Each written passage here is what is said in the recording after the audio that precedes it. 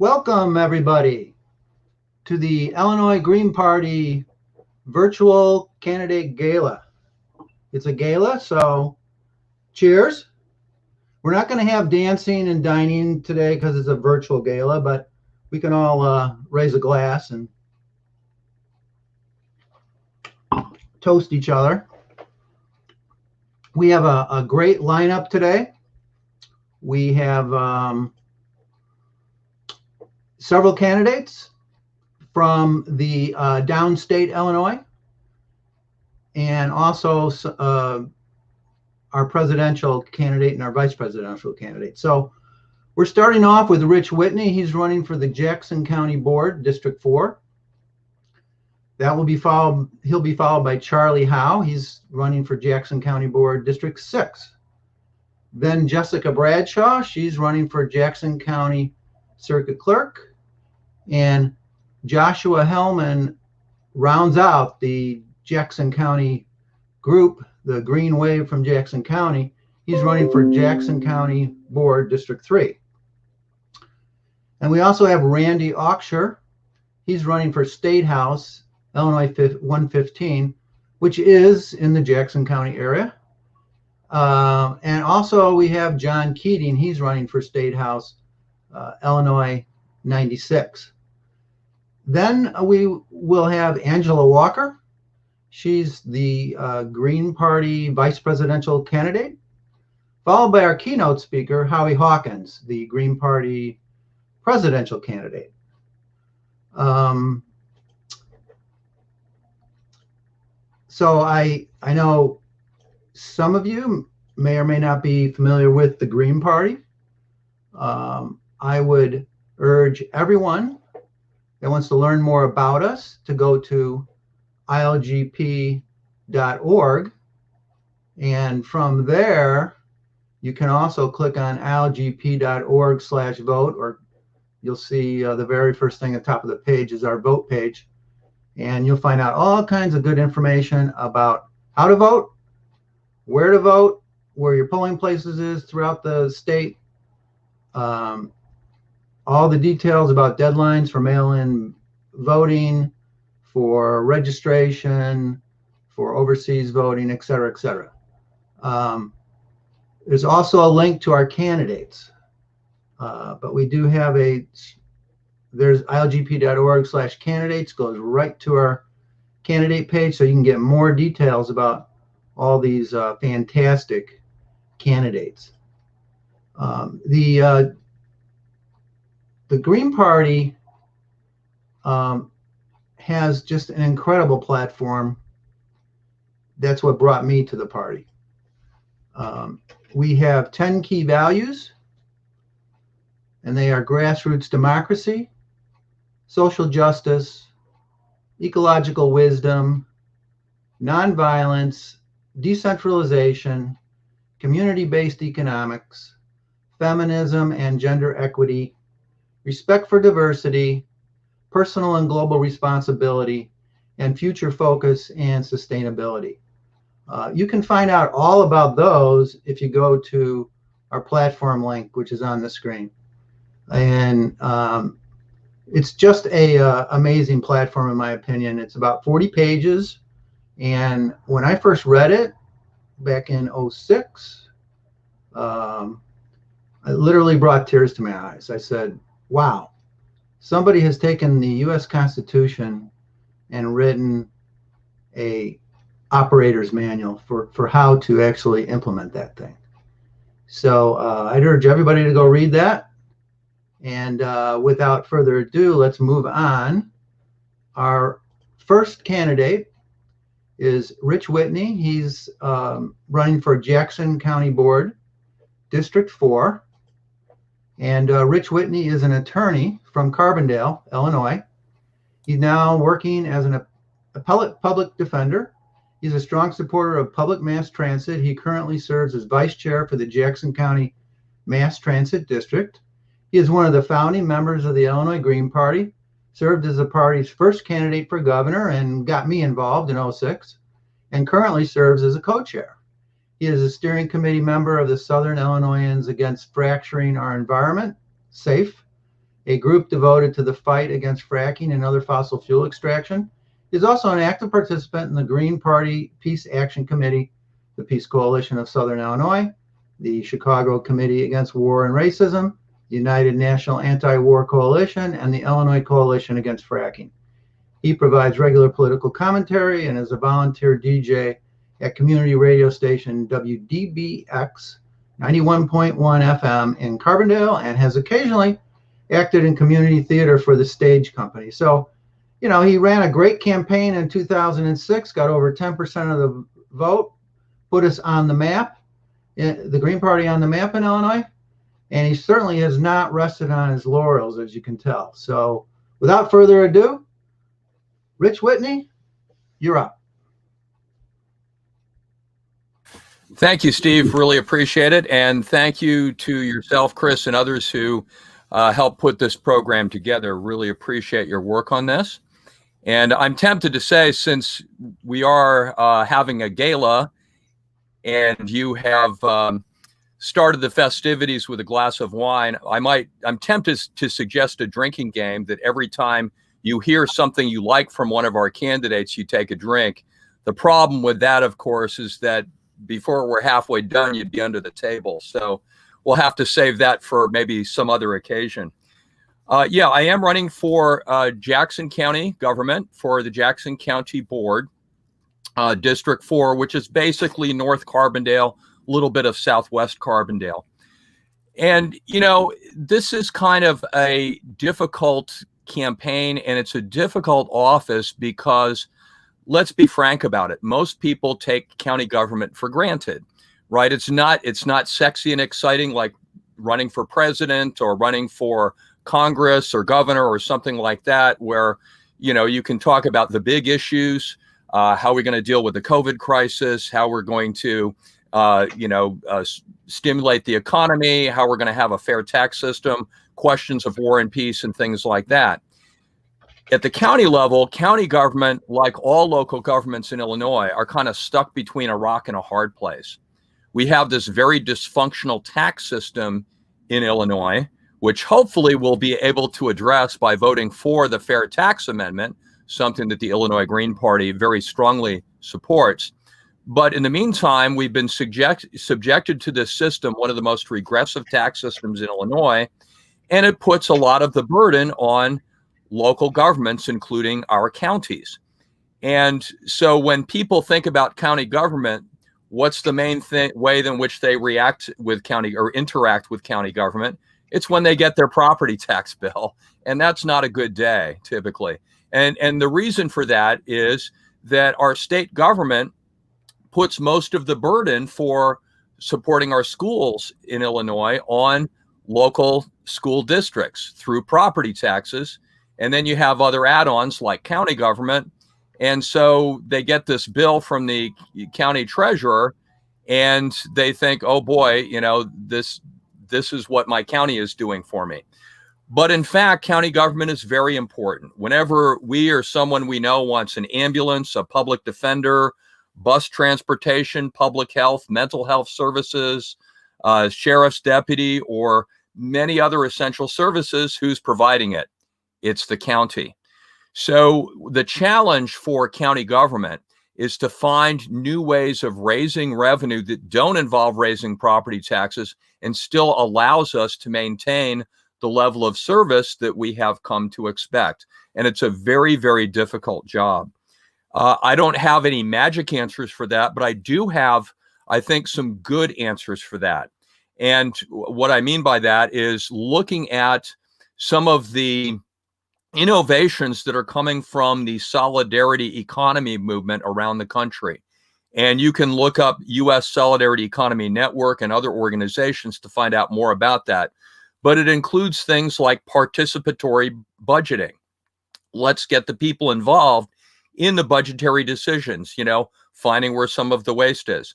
Let's look at innovations like public banking.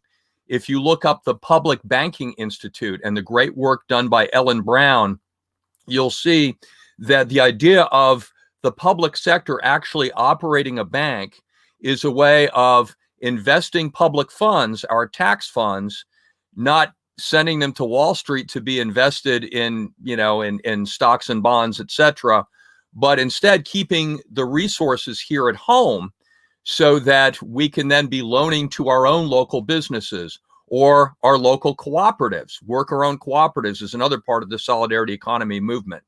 So those are some of the innovations that myself and my colleagues who are also running, our other Green Party candidates running for county board, are standing up for. We want to bring the good news of the solidarity economy movement to county government and start to implement those great ideas, those innovative ideas at the local level to help maintain and improve our services while at the same time holding line on property taxes and this regressive system that we have here in Illinois. So those are some of the basics. With that, I'll see if there's any questions that people might have. Thanks, Rich. Yeah, and I'm sorry, I should have mentioned before Rich started speaking, if anybody has any questions, please type them in the comment section of your on whatever tool you're watching this. We're streaming on mobile platforms, but there should be a way to enter comments. So we will, I'll watch for those. I don't see any yet, but go ahead and type some in if you have them. I have a question for Rich.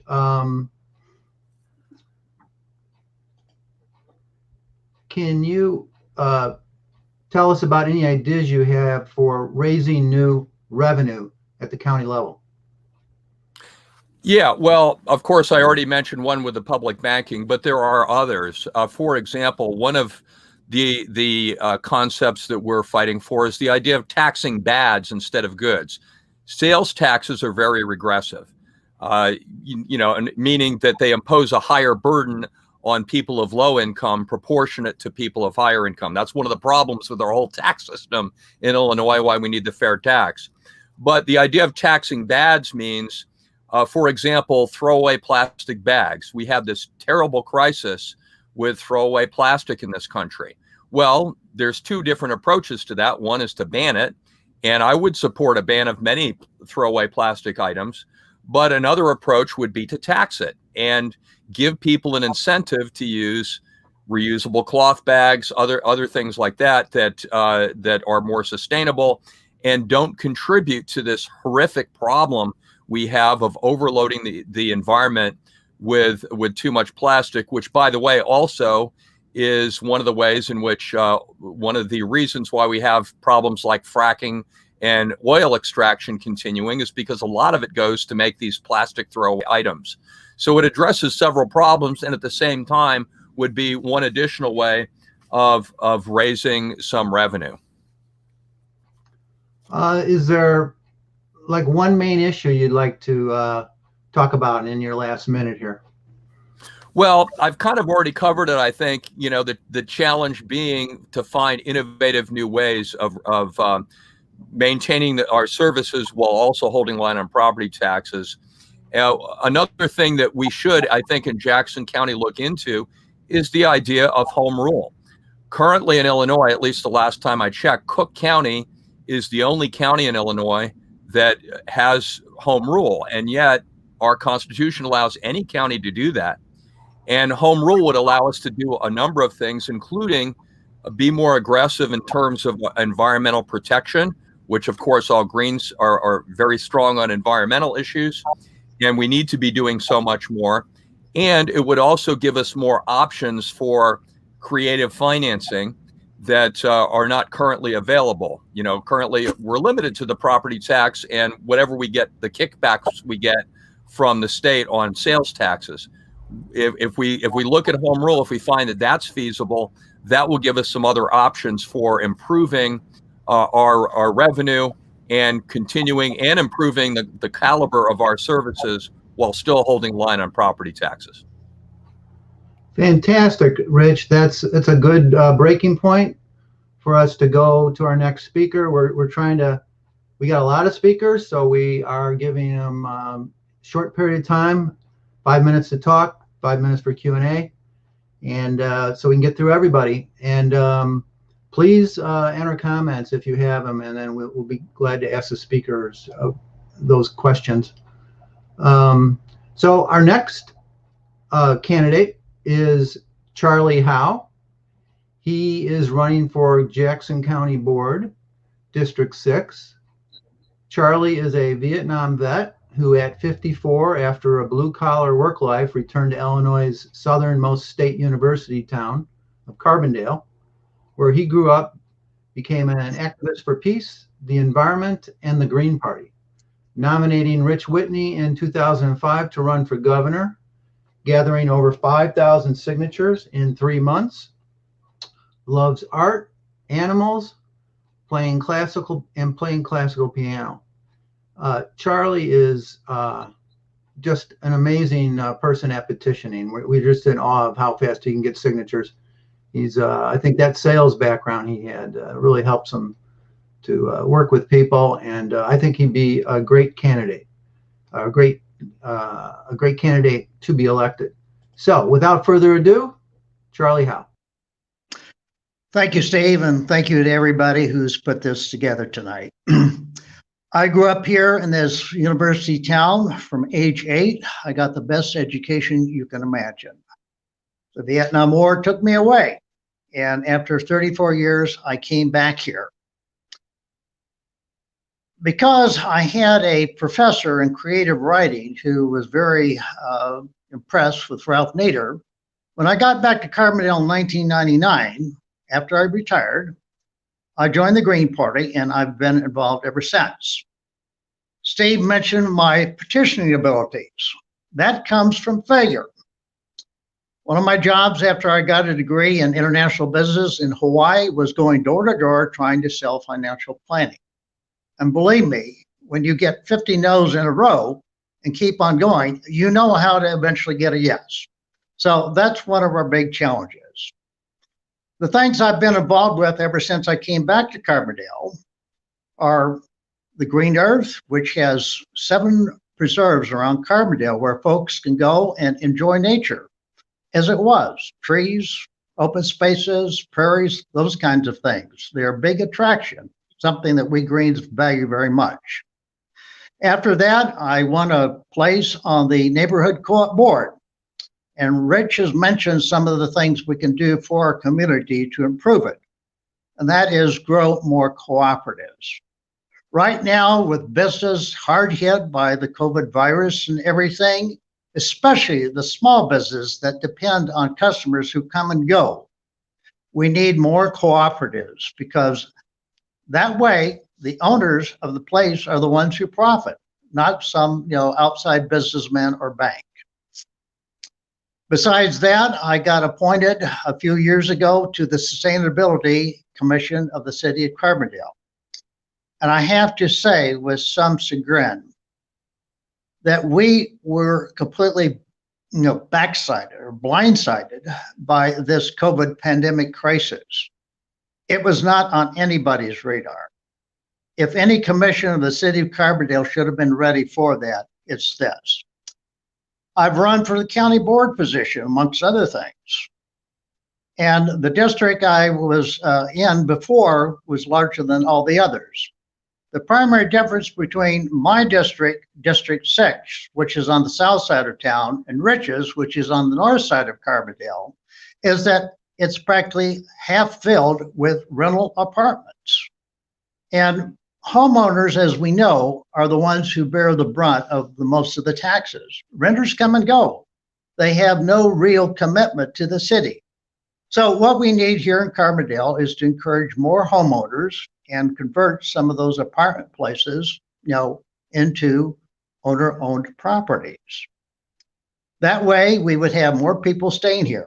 But to do that, we've got to help those students who graduate here from SIU to have jobs right here in Carbondale. Rich has mentioned a number of good ideas, a tax on plastic bags, local banking to keep the monies here. Some other things that we can do, is to tie up our county government with others to do projects that we cannot tackle alone. I'm thinking of the waste disposal project. For too long, our waste, local waste, goes to local dumps. Our city, actually pays a tax. If we could recycle or convert some of that into energy and keep the profits here at home, it would benefit us. It's things like that when I get on the county board that I would like to fight for. Housing rehab is another thing that we, both in the city and the county, could encourage.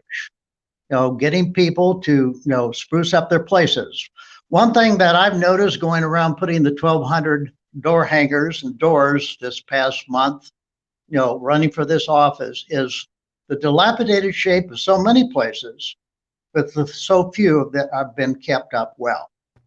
So those are projects we can work on at the local county level. Last thing that I would like to do, this especially relates, and that is to encourage emergency preparedness. Go for it, Steve. Yeah, keep that short because we got to wrap up and take some questions and move on. It's a very tight schedule, but finish your thought. Okay, well, again, encouraging local business, being prepared for the unpredictable, helping those who would like to help themselves get into business. And one way we could do that is encourage more businesses to own their own properties rather than having to rent it at the usurious rates that they do. And that's one of the biggest problems with student rentals too here. All right, thank you.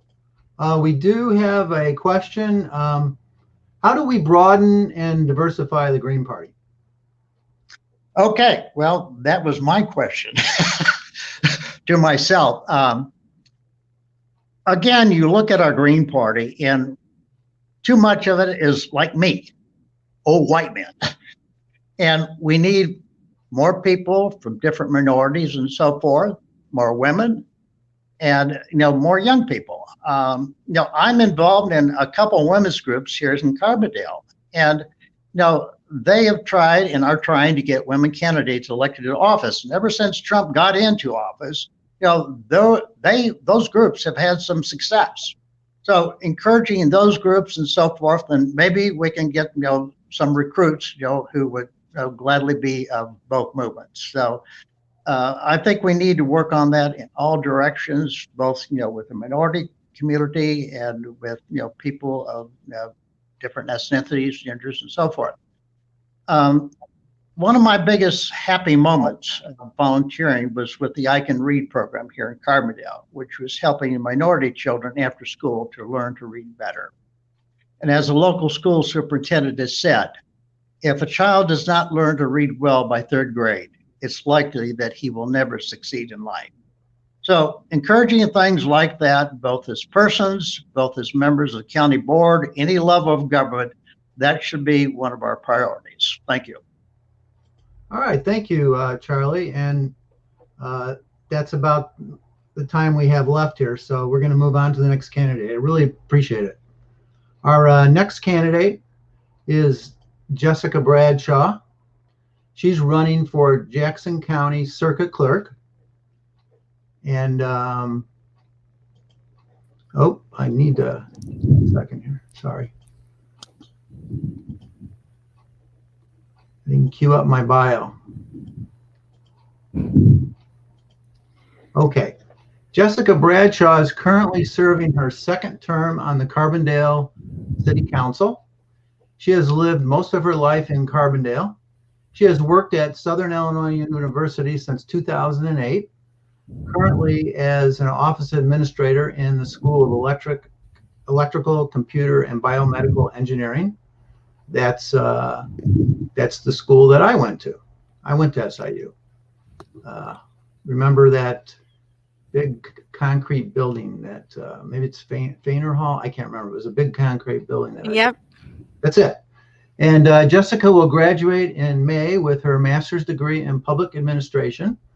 Her combination of practical office experience, educational training, and her record on the city council make her uniquely qualified for circuit clerk. She promises to work hard for the people of Jackson County, putting her interests and skills to work for everyone. So with that, Jessica, please let's hear what you have to say. All right, thank you, Steve, and thank you, everyone. Can you all hear me? I am, good evening. As Steve said, I'm currently on the city council in Carbondale. I've serving my second term, and although it's a nonpartisan position, I'm very happy to be one of the Greens elected down here. I decided to run for the Jackson County Circuit Clerk position because the current incumbent would otherwise be running unopposed, and she has been in that position since 1996. I believe that having a fresh pair of eyes is important, and believe that with my experience and passion, I would be a good, full-time, dedicated circuit clerk. I have the right skill set, a good grasp of what is required, and the right attitude for providing this vital public service. I think that the people of Jackson County need someone who is dedicated full-time and who will be there full-time for them. And with that, I will take any questions, I guess, if anyone has any questions. Right now, I don't see any questions posed in the comment section. I know that you have been on the city council for how many terms have you been on the city council? 2. 2 terms. How do you think that experience being on the city council, how do you think that has prepared you for this office? Well, it's interesting because with city council, it really is, at least with my experience, it's been more of a group process. We have a really good group right now that, with 6 other people, has been working together really well, I think, for the city of Carbondale. We have a strong mayor, or a city manager mayor form of government. So we have a city manager who handles the administrative day-to-day aspects of running the city. And then we have 6 council members and a mayor.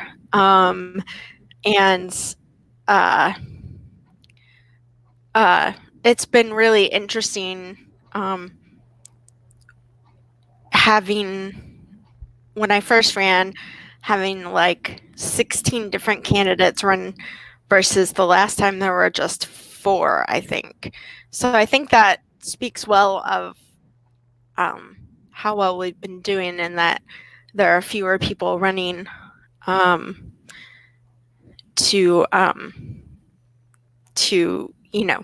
think it speaks well of the council and how well we're doing. So why did you decide to run as a Green? Well, I've always been involved in the Green Party. I came back in 2006 and worked on Rich Whitney's campaign for governor, as well as in his 2010 campaign. So it's kind of an interesting situation with the circuit clerk's race down here, because the Democrats have basically kicked out the incumbent from the Democratic Party, even though she is a Democrat, at least next to her name, she's a Democrat. But there's a lot of drama going on. Her nephew is running as a Republican against an incumbent Democrat for the county treasurer position. So there's a whole lot of drama around here in Jackson County. And so I think that, it'll be interesting to see what happens in November. Yeah, November is going to be a very interesting election. Yes. How have people been receiving you? Are you going door to door? Are you just doing flyers? I know we're in COVID. It's a difficult time. But you certainly are still interacting with folks. How are they receiving you as running as a Green? Are they happy the Greens are running? What's that situation? I think so. Mostly we've been doing social media and person to person, online, lots of phone calls. I think a lot of people know me from having been in city council and been involved in the community for a number of years, even before city council. So I think that goes a long way. The League of Women Voters had an online forum similar to this one, but it was more of they didn't call it a debate, but it was back and forth with the incumbent. And it was broadcast live, as well as it's currently on the YouTube channel for the local public library. And I got a lot of positive responses from that too.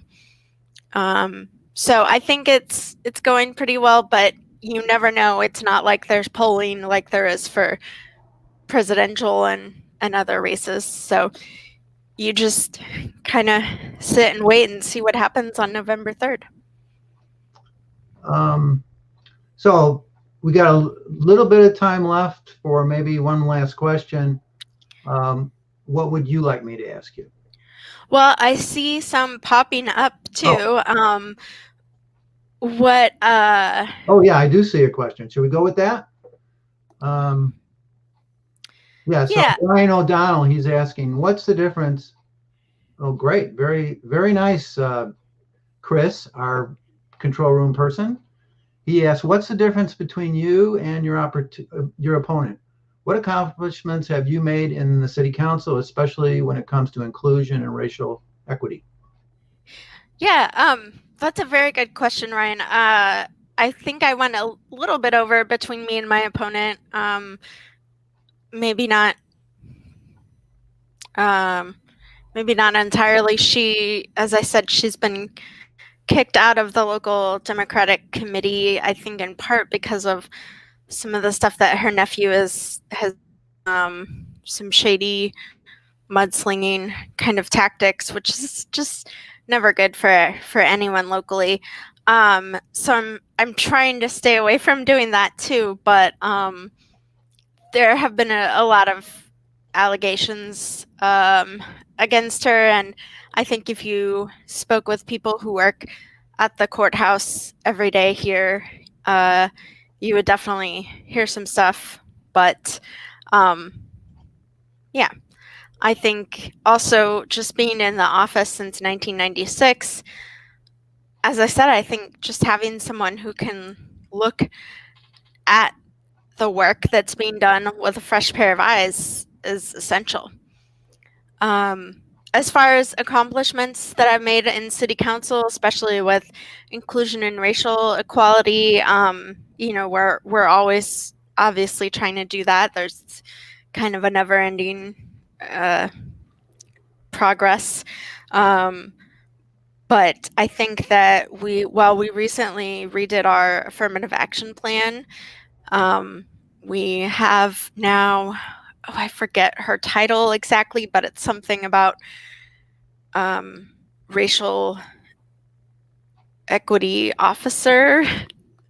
I forget her title exactly, but she's directly under the city manager and she reports to him, and she's the one who redid that. So we have someone who's looking directly at that. We also just recently put into any contracts with the city have to, with construction or other types of contracts, have to have at least a certain percentage of minorities, or we can actually go to an outside construction person besides even if they're outside of the region. So hopefully that'll bring some more pressure on our local companies and industries to hire more diversely. Otherwise, they may miss out on some of these contracts. There's a term for that too that I forget, but let's see. There's all sorts of stuff. We're still working on police. As everyone knows, it's hard because they have a very strong union that protects them from things like, right now, all the police officers in Carbondale have to live within 8 square miles of, or yeah, 8 miles of the city limits. We'd like to bring that even closer, but that's something that they have in their contract. But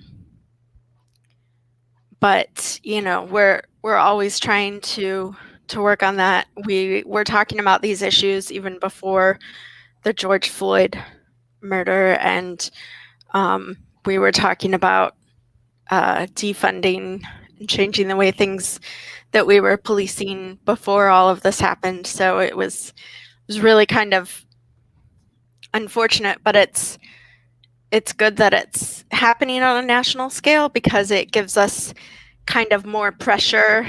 It's not just the city of Carbondale and us talking about it now.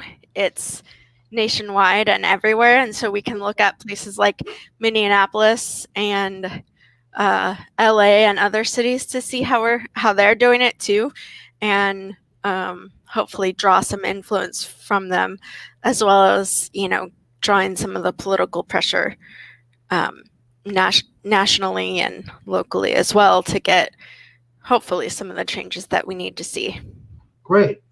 Thank you, Jessica. We're on our tight schedule, so we need to move along. Thank you very much.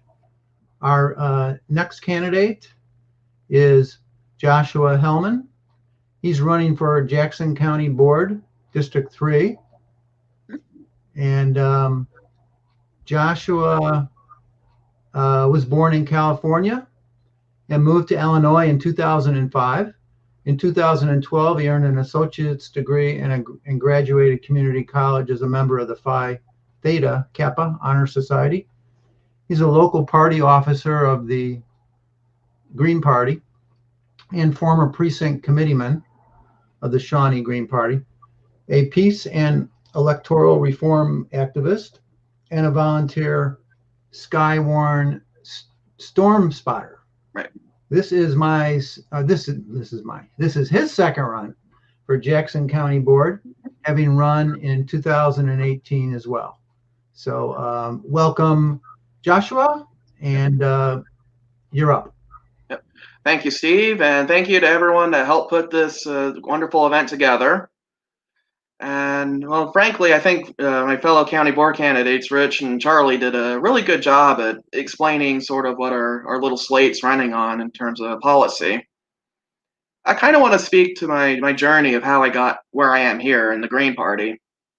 It all started right back when I was, going to college, and I was an avid lover of history and and the like. And the more I studied, the more I became just completely horrified at what our country was doing, both overseas to people and here too. And I found that I could not in good conscience support either ruling party.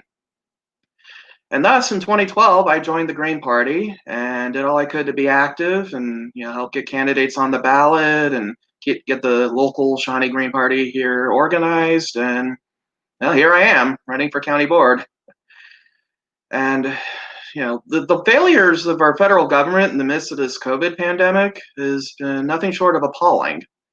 And it's to the point where people's last line of defense is their local government, their county government, and to some extent their state government if they're lucky and they have a relatively humane state government. And I hope to ensure that the people of Jackson County can feel safe enough to fall back on their county government for some of the essential services that we are able to provide. And that's about all I have, and ready to take any questions anyone may have. Okay. I'll pitch you a question about electoral reform. And I'm sure you hear this spoiler argument. We hear this all the time running as a Green. What are your thoughts about what electoral reforms could change that? I mean, it should be noted that, the Democrats who have been complaining the most about this whole, supposed vote splitting issue have had the power to change this whole time for decades. They could have enacted ranked choice voting in this state and other states. It's just frustrating that, they've just chosen to instead rely on vote shaming. And if we could somehow pressure them and maybe any sympathetic Republicans to enact these reforms, then, or get some of our own candidates elected here at the, county level or local level or even the state level. We've got a couple of strong state legislative candidates running. We can get some of our candidates in and, maybe convince some of the Democrats or Republicans to go ahead and actually listen to us and pass this, and people will be able to vote for the candidates they want without being shamed or intimidated or pressured or extorted into voting for candidates and parties they really don't agree with or have strong moral disagreements with. Yeah, most of electoral reforms, right? It just doesn't stop at this vote shaming and this spoiler argument. There's right, ballot access laws. Yeah. Illinois is one of the worst states. We got kind of lucky this year because we won a lawsuit earlier because of it's kind of sad that it happened because of the COVID, but I mean, it's the main reason why a lot of us are on the ballot is because we won the lawsuit and that the Democrats, the state board of elections kept on fighting and fighting. And only a couple months ago, they finally, got the final judgment against them, but lowered our signature requirements to 10% of normal. As normal for a statewide candidate is 25,000 signatures. So, I mean, but yeah, and some of us even didn't have to get signatures. So that was lucky. Right. So as you talk to the voters, what kind of issues are they bringing up to you that they are the most concerned about? Well, one big issue really is taxes. And that's something I think Rich really explained fairly well. And I would agree with him that we need to be looking at ways to raise revenue differently. That doesn't, target the poor, the middle class, or working class unfairly, like they often have been. So, and hold the line on property taxes, since that's another thing that a lot of voters are really upset about, and what I've been seeing, fairly justifiably so. So another way that where we need electoral reform is debates. Yes. Find the other parties refuse to debate us. What's your experience? Are they having debates? Are they involving you? Well, the League of Women Voters is usually the folks that hold the forums for this area for county board, but I guess because of the weird, formatting required, the debates and forums they have had have been, virtual, and I guess with the number of county board candidates, they weren't able to do a forum for us this time around like they were in 2018, in which they did invite all of us, which is why I have a very strong, positive opinion of the League of Women Voters, because, compared to the Commission on Presidential Debates, I mean, the League actually overall tries to be fair, and, they actually seem to support democracy, and for that I thank them. Yeah, my observation is that actually Jackson County is probably the best area in the state as far as inclusion. I think Rich, when he ran for governor, was actually in a debate. Right. Me, who spoke first, was actually in a debate way back in 06 or 10. It was 2010. But outside of Jackson County, boy, it's tough. We do have a question from Ryan O'Donnell. He says, why do you think the Green Party is more successful in Jackson County than other counties?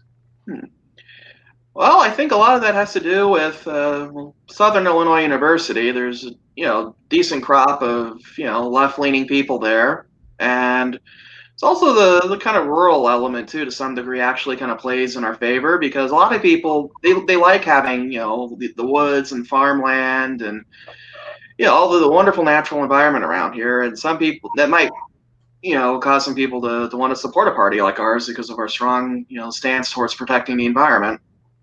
So that may have been a factor in helping our local Green Party here succeed where other areas they struggle. Okay.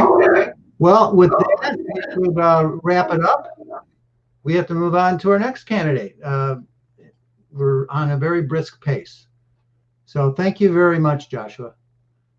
Our next candidate is Randy Auxier.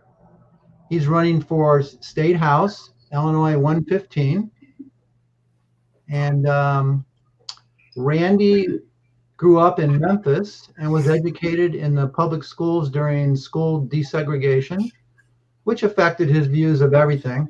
He attended the University of Memphis and went to graduate school at Emory University in Atlanta. His first professoring position was in Oklahoma City, 1992 through 2000. He has been a philosophy professor at Southern Illinois University, Carbondale since 2000, which was also the year he joined the Green Party. An environmental activist all his adult life. He has run for county board in 2016, U.S. Congress in 2018, and now State House of Representatives. So welcome, Randy, and the floor is yours. Oh, thank you, Steve. I really appreciate you and Chris Blankenhorn and all the folks in the Illinois Green Party who have put this together. I certainly want to echo what my fellow Jackson Countyans have said. It is remarkable and gratifying to live in this particular county at this particular time, because people really are open-minded down here, and they are progressive, and they are looking for new solutions to problems. And so I find that even though we do sometimes run up against the standard spoiler arguments and the difficulties with our Democratic friends who really want the best for everybody and everything, but who are intimidated by the two-party system and the way that it shoehorns everybody into very, very narrow choices about how to carry out state, local, and federal government. Anyway, so it's a privilege to be a part of this, and I appreciate my colleagues down here in Jackson County, and they've been very supportive, and I have tried to be supportive of them as well.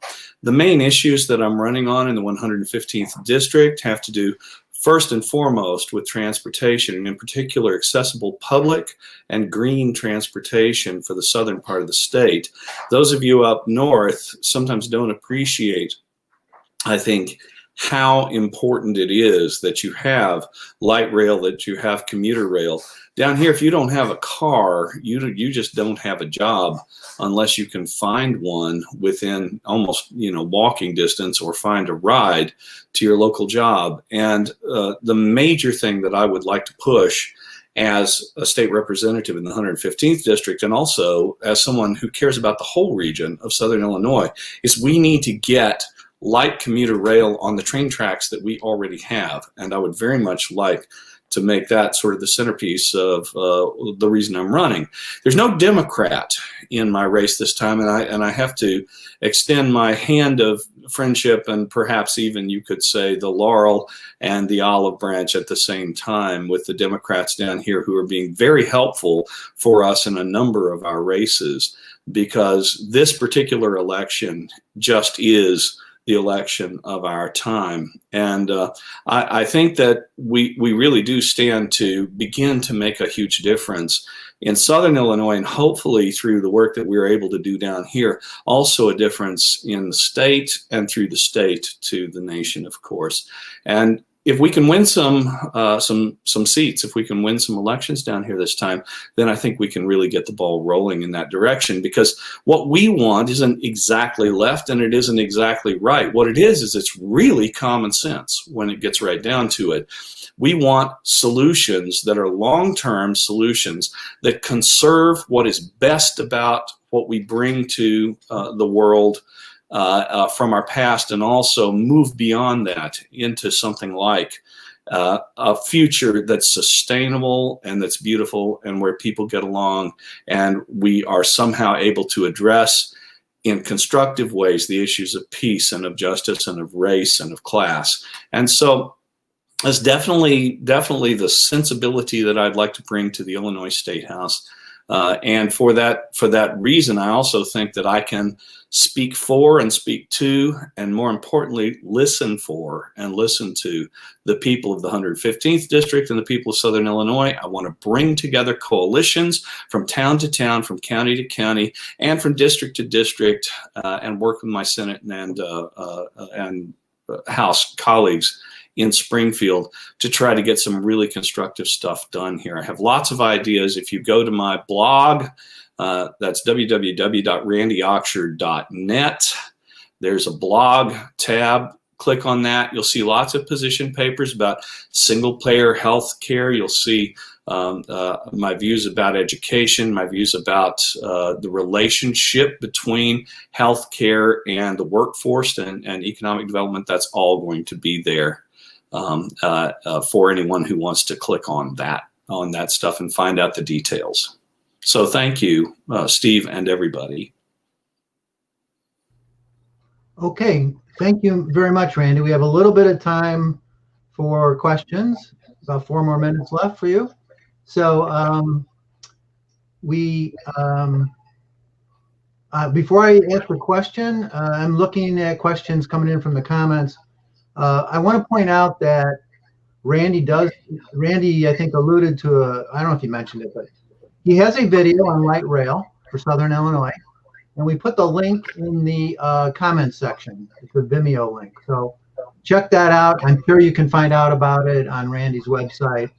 But it's a really awesome video. It's only about 7 minutes long. Really sums things up very well. So what is your ideas on education? You're a professor? Oh, yeah. How can you bring those green values in for education? Well, so I joined the IEA, which is the Illinois Education Association.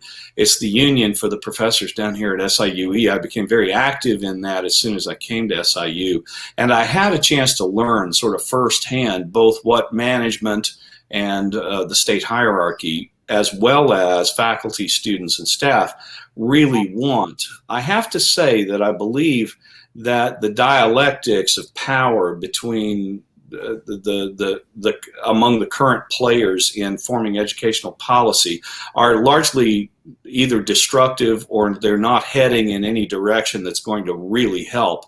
Clearly, consolidation of the higher education system in Illinois is something that we cannot avoid doing, and higher education itself is in the midst of a massive transformation.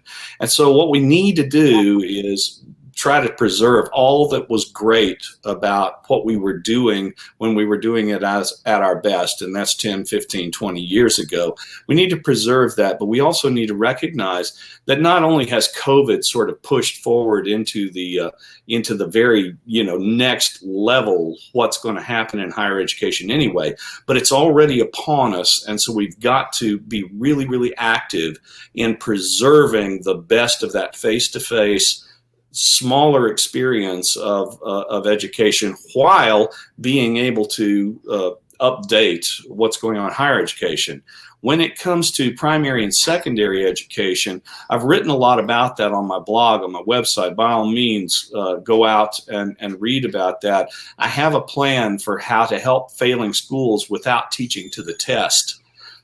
Because I think teaching to the test and unfunded mandates have undermined and in fact come close to destroying many of the school systems in Illinois. There's a better way, and I outline it in the blog on the future of primary and secondary education on my website, randyauxier.net. All right, thank you, Randy. I really appreciate it, and thanks for running. I think you're a great candidate, and I've heard some good things about your race that a lot of people know about your race. I mean, as Jessica said, we don't really know where we are because nobody's doing any polling down here. But I'll tell you, if the signs that I'm seeing are any kind of indication, we might win some stuff down here this time, and things could really change as a result of that.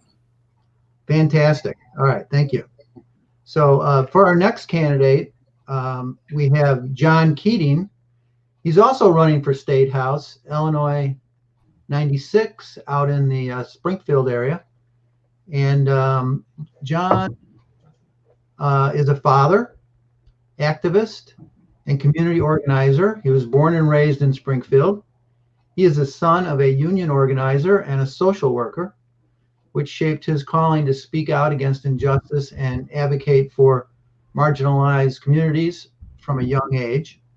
Though his career in sales and through his career in sales and marketing, John learned how to listen and build solutions that address the needs of his clients, and looks forward to doing the same for his constituents.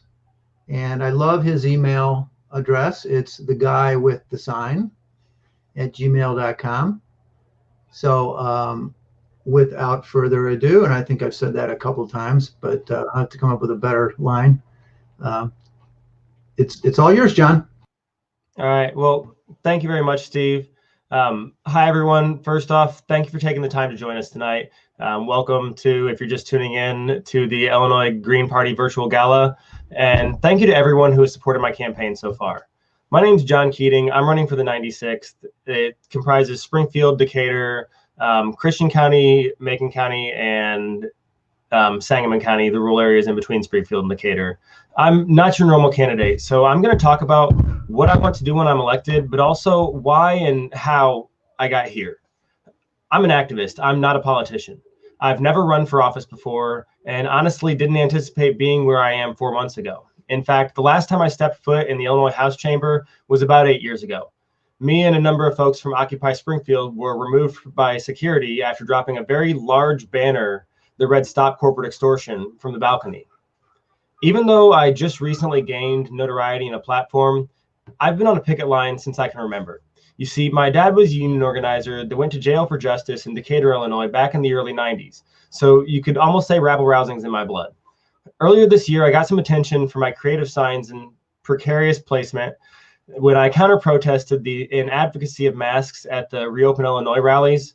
And then when George Floyd was murdered in Minneapolis in May, many folks in the area asked me what we should do.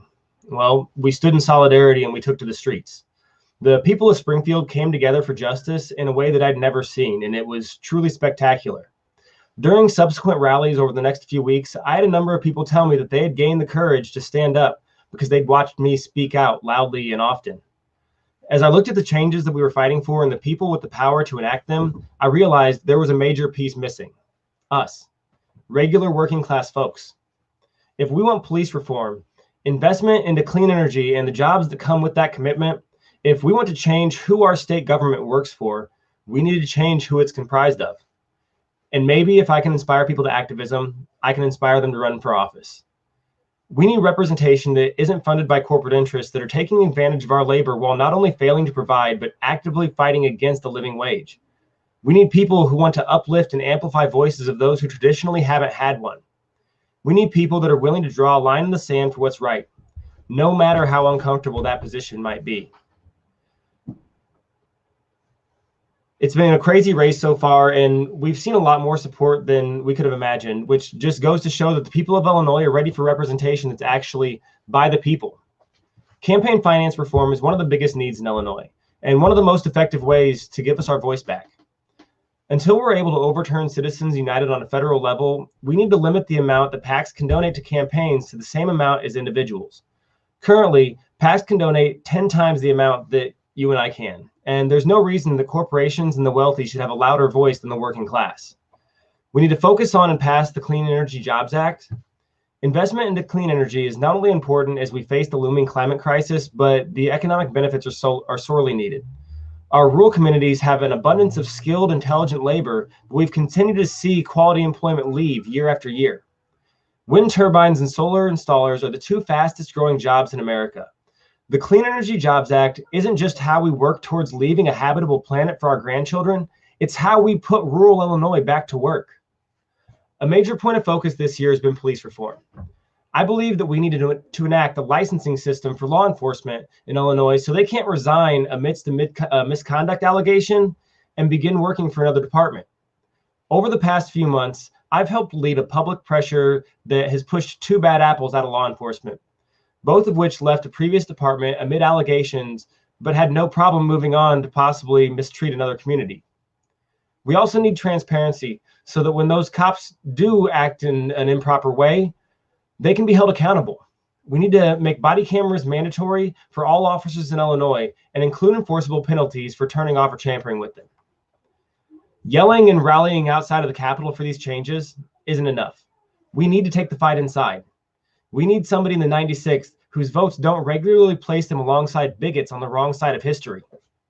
Sue Shearer, my opponent, she runs as a Democrat, but she voted against same-sex marriage, reproductive health rights, cannabis, and was absent from ensuring that women in Illinois have access to birth control. The constituents deserve a strong leader that will stand up and use their platform to amplify people's voices, not bend to the will of vocal minorities because they're afraid of mean comments and trolls on social media. I've shown time and time again that I'm willing to stand up and speak out no matter the cost, and I'll continue to do the same if elected. I'm running for state rep because we need someone in office that is willing to call out big party politicians on their bullshit when they push their interests over the best interests of the people that they represent. Steve? Thank you, John. Yeah, we got a little bit of time for questions now. We do have a question about the fair tax amendment. I know, there's a lot of people talking about that amendment. The Illinois Green Party has come out strongly for the fair tax amendment. What is your position on that? I'm a huge proponent of the fair tax amendment. I actually hosted a conversation workshop yesterday to kind of explain some of the misconceptions around the amendment that we're seeing a lot of places. One of the biggest things that you see people say is that if we raise the taxes on the wealthy, then the millionaires are just going to leave Illinois. But the data doesn't actually support that. The myth of millionaire flight just isn't backed up by anything. Millionaires actually have a lower migration rate than folks in the working class. And by the time you've generally accumulated that wealth, you're in the portion of your life where you generally don't move or migrate. Most migration happens when younger folks, when they're starting families, changing careers, things of that nature. And what a lot of folks also don't understand is that when you hit that higher tax bracket, it's not on the entire amount that you're making. If you make $260,000, then you pay that 7.95% on that $10,000. You pay the 4 point and some change on the initial $250,000. So that's what the graduated tax actually means, is that as you earn more, that income in those increments is taxed higher. And it's going to be essential if we want to see our property taxes go down in Illinois. 60%, over 60% of the funding for education for K through 12 comes from property taxes from local governments. In states like Minnesota with a progressive tax, they see 30% coming from their local and 66% coming from the state. And that's going to allow Illinois to pick up a larger chunk and the localities actually lower property taxes and take that burden off the working class. Yeah, I think another argument that the people that are against the fair tax amendment, they like to say that it's going to open the door to taxing retirees in Illinois. But they can already do that if they really wanted to. But exactly. There's been no legislature that has had to actually get in there and do it, because they know that if they did, they're not going to be there for another term. And that's the same thing that's going to happen if they try and tax retirement income now. Right. And if voters vote no against this, that's a higher chance that they're going to look for other ways for revenue, like taxing retirement income. So it actually could backfire on these people that are talking about voting no. We got like less than a minute. Everybody in the comments section is really talking about this fair tax amendment. Let's see. I don't know which one to pick. Okay, we'll pick Johnny Alvarado's. How do you fix the problem of more spending without proper appropriation and paying off liabilities? And well, actually, you got like 1 minute. So all right, so I'll go quick. The biggest liability that we have is the pension debt that has amassed, and that's another thing that really needs to be addressed here in Illinois. We aren't funding our pension. We're paying 41 cents on the dollar for every dollar that we owe, and that's the biggest debt that we have. And critical services have taken a giant hit in the last 20 years. Higher education, the budget's down, actual dollars, not adjusted for inflation is down 52% from 2000 to 2019. So you can't squeeze blood from a stone. Eventually, you're going to have to get more money somewhere, and the Fair Tax Amendment allows, and it's not making the wealthy pay more or take our share of the burden off. What it's doing is it's making them take back the weight that they've put on us for decades. All right, I'm going to wrap it up there. Thank you very much, John, and good luck on your campaign. Our next candidate is Vice Presidential candidate Angela Walker. She's running for Vice President as a running mate with Howie Hawkins for the Green Party.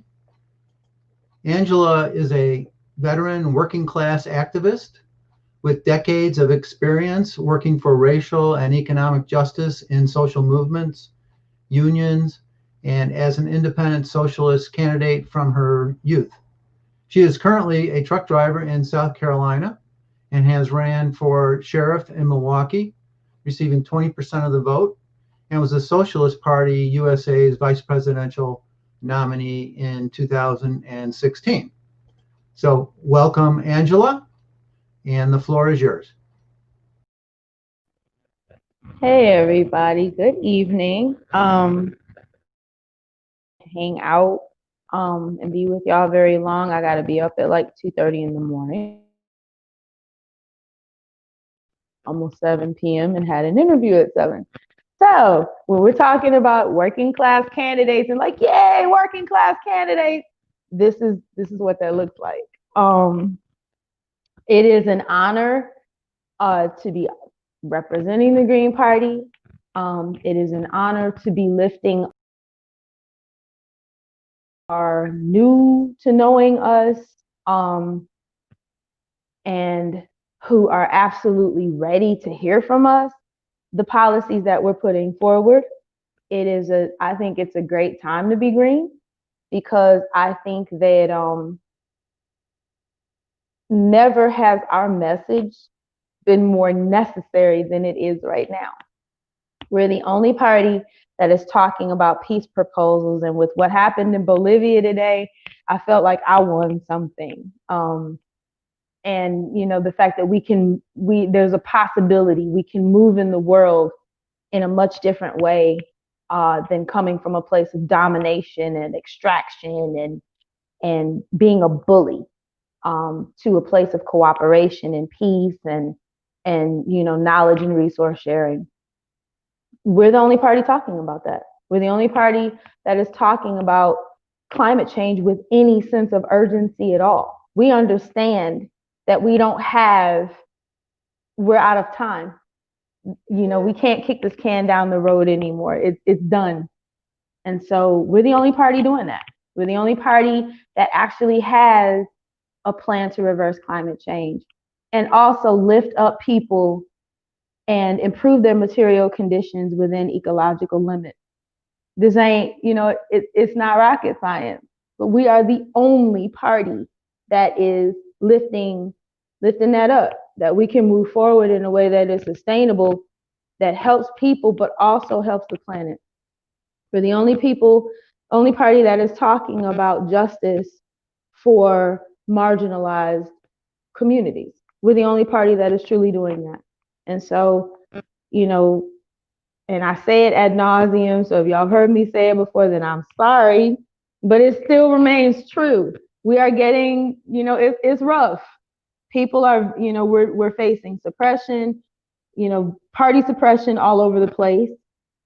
People are coming at us sideways because how dare we go up against the Democratic Party in this crucial election? It's always going to be a crucial election. It's always going to be, you know, we can't afford to not vote Democratic or whatever. This is so important. No, the buck stops here. We're at the intersection of a pandemic, rebellions, climate change, and economic collapse, basically. We are needed now more than we've ever been. And we're the only people that are talking about what we're talking about. So, you know, I'm not going to keep y'all all night. I just want you to know that I am honored, and I can speak for Howie when I say that he is to have your support, to be able to amplify what this party stands for, what we believe in, and the fact that this is our time in a way that it wasn't in 2016, in a way that it wasn't in 2012. It is our time now. And no matter what happens November 3rd, November 4th, we are still going to be lifting up the environment. We're still going to be fighting for racial justice. We're still going to be fighting for an eco-socialist Green New Deal, still fighting for Medicare for all, and we will be the only ones fighting fracking. So, you know, big hugs to y'all. It's been a day, so excuse me in the work attire, but know that I and Howie are grateful to you, and, you know, Dita and I are sending you our love. Well, thank you, Angela. Yeah, the format here is we had you until 8, so we have you for like 19 more minutes. I don't know how much longer you could last. And then Howie, Howie's next. He's scheduled for 8 p.m. and he's telling us he's in an interview, so he can't join us any earlier than 8. So can we get a couple minutes of your time for some questions? Yes. Okay. So how are you? What's your observation of how the mainstream media is treating you? From my perspective, I have never seen a media blackout against a Green Party presidential candidate like I'm seeing this time around. I'm not seeing you guys on the mainstream media at all. Maybe one MSNBC interview. Maybe I'm missing some things, but I don't even see on Democracy Now!, which heavily covered Jill Stein 4 years ago. So what's your assessment of the media and how they're treating you? I think the best way, I mean, when they are so hell-bent on erasing you, it just proves what a threat you are to the establishment. You know, because if we were as insignificant as the Democrats claim, then why all of this? I mean, you'd let us say whatever it is we needed to say if we were that insignificant. But the fact is, what we're putting forward is a threat to them, because this is not what they stand for. And they've said it any number of times in their town halls and debates. So, you know, media erasure, you know, lack of, you know, the fact that we can't be on the stage at the debates, all of these things, it just proves that we're a credible threat to the establishment. You know, it's annoying, but also understand that, you know, I take it as a compliment. Yeah, that's a way to look at it. I ran for Congress in 2008 and used that word erased.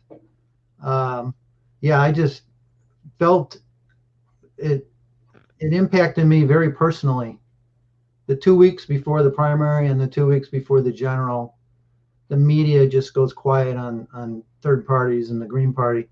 They stop mentioning you. You don't see, there's nothing in the press.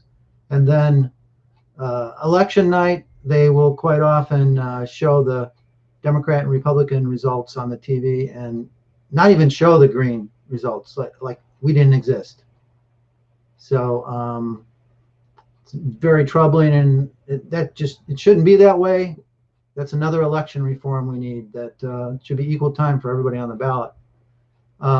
Okay, Angela, you're back. You cut out. Maybe because I was talking too much, he pulled you out. So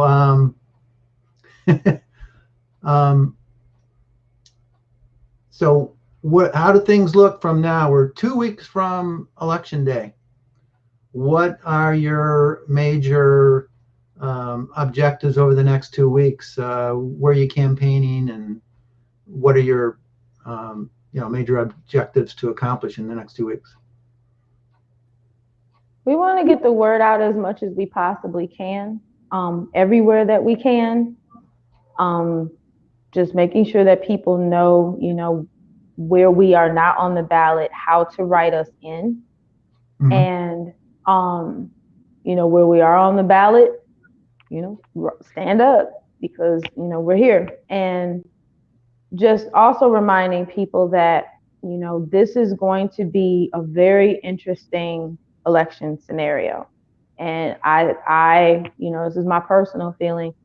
This is going to be a really unpredictable situation because this, you know, the conditions that we're doing this election under are as unprecedented as they are. And you've had some very concerning comments coming from the White House. So I think people should be prepared for unexpected things. And I think, you know, what Howie is real fond of saying, and it's absolutely true, we're going to have to protect that vote. You know, if people are able to work as poll workers and poll watchers, which I was hoping I could do, and then being a candidate realized I can't, doing election protection, and you know, being vigilant that these votes get counted and that they get counted properly. You know, all of the absentee, all of the mail-in, all of these things, because, you know, there's a lot of chicanery that can happen. And so it's, you know, just making sure that our people are ready to, you know, take the streets when we need to. That, you know, if this, you know, count our votes. I voted in Florida in 2000. And the first mass mobilization I ever attended was going to Tallahassee to the governor's mansion to demand that our ballots be recounted. And obviously, y'all know how, you know, everyone knows how this went. But, you know, I've lived through this already. And I am very concerned with, you know, the way things are shaping up. So I just hope that our people are ready to, you know, if they get cute with this, then we take the street and we demand that our ballots be counted the way that they're supposed to be. And just know that going forward, you know, the organizing continues. And it isn't around elections, it's just making sure that our communities are taken care of, and that our party has a presence in the community in a bigger way than it does now. How did your run for sheriff help you in this vice presidential run? I mean, it seems very apropos with the whole George Floyd situation and the rise of the, you know, all these issues of police brutality, and you must have been dealing with that running for sheriff. Can you talk about that a little bit? Well, the platform or the premise of the platforms are basically the same. When it comes to criminal justice or discussing criminal justice, if you want to stop crime, stop poverty. And let's go to the root cause, which is capitalism. Let's go to the root causes of why our communities are in need the way that they are, why people are turning to desperate measures the way that they are. This stuff did not happen in a vacuum. And so when I ran for sheriff, that was my platform. Is if you want to be serious about addressing crime, let's start with poverty. Let's start with institutional racism and the way that it impacts our communities. Let's start there. You know, when you're constantly taking away from people and demeaning them, this is how it manifests. It manifests in violence. It manifests in people, you know, being desperate. And yeah, that was the premise of it. And it's not such a big jump at all, because I think the platform that I'm running, you know, we're running on now is just a bigger, you know, way more expanded examination of the ways that capitalism impacts people's material conditions, and also, you know, the damage that we've done under capitalism to this planet. And so they're very interconnected. Okay. So Angela, we really appreciate your time. Howie's going to be up in 10 minutes. We could ask some of our local candidates to talk a little more about our fair tax amendment, since that seemed to be a flashpoint a little earlier, or you can continue if you have anything for 10 more minutes. But I know you're retired and wanted to get off. So what's your choice? Well, I'll have to be up at 2 o'clock in the morning. Okay. I have to be at work at 4:30 a.m. And yeah, but if there's anything that any more questions that you have for me, I can do that. Sure. Well, I'll put you on the spot. What question should I ask you? What's dear to your heart that you would want to be asked about? A whole lot of this is dear to my heart. It's one of the things that when Howie asked me to be his running mate, knowing what this platform was, that's an easy yes. Even though I don't enjoy this position, I don't enjoy, being out in front. I'm a big time introvert. So, but this platform, all of it is dear to my heart. When you're talking about public education, you're talking about public transportation, you're talking about, a move to organic farming, helping people who want to be farmers, making it easier for them to homestead, fully funding historically Black colleges and universities, reparations for African Americans, ending, doing away with the detention camps for migrants around the country. All of this is extremely close to my heart. Medicare for all, absolutely. So, and I'm horrible. I don't like asking other people questions. So I'm like the worst in the world with like knowing what to tell people. Like, yeah, ask me this. Okay, we have a question from Albert Shaw. Which states seem more interested in the Green Party platform? A whole lot of them. I mean, I would say everyone is, at least, to varying degrees. I mean,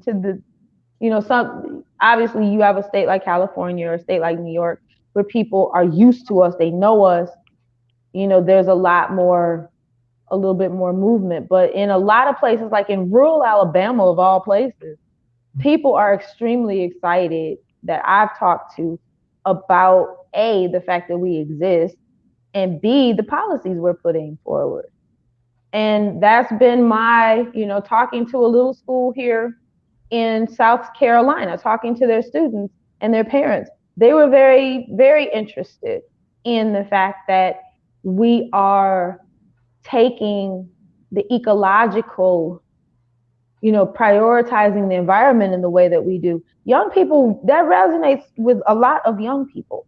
And so, I think it's just where you find folks. And I can't, obviously a larger state, more metropolitan area that, we've been doing stuff with for a long time will look different than somewhere where they, are basically just now finding out about the party and just like, where have y'all been all our lives? So it varies. I'm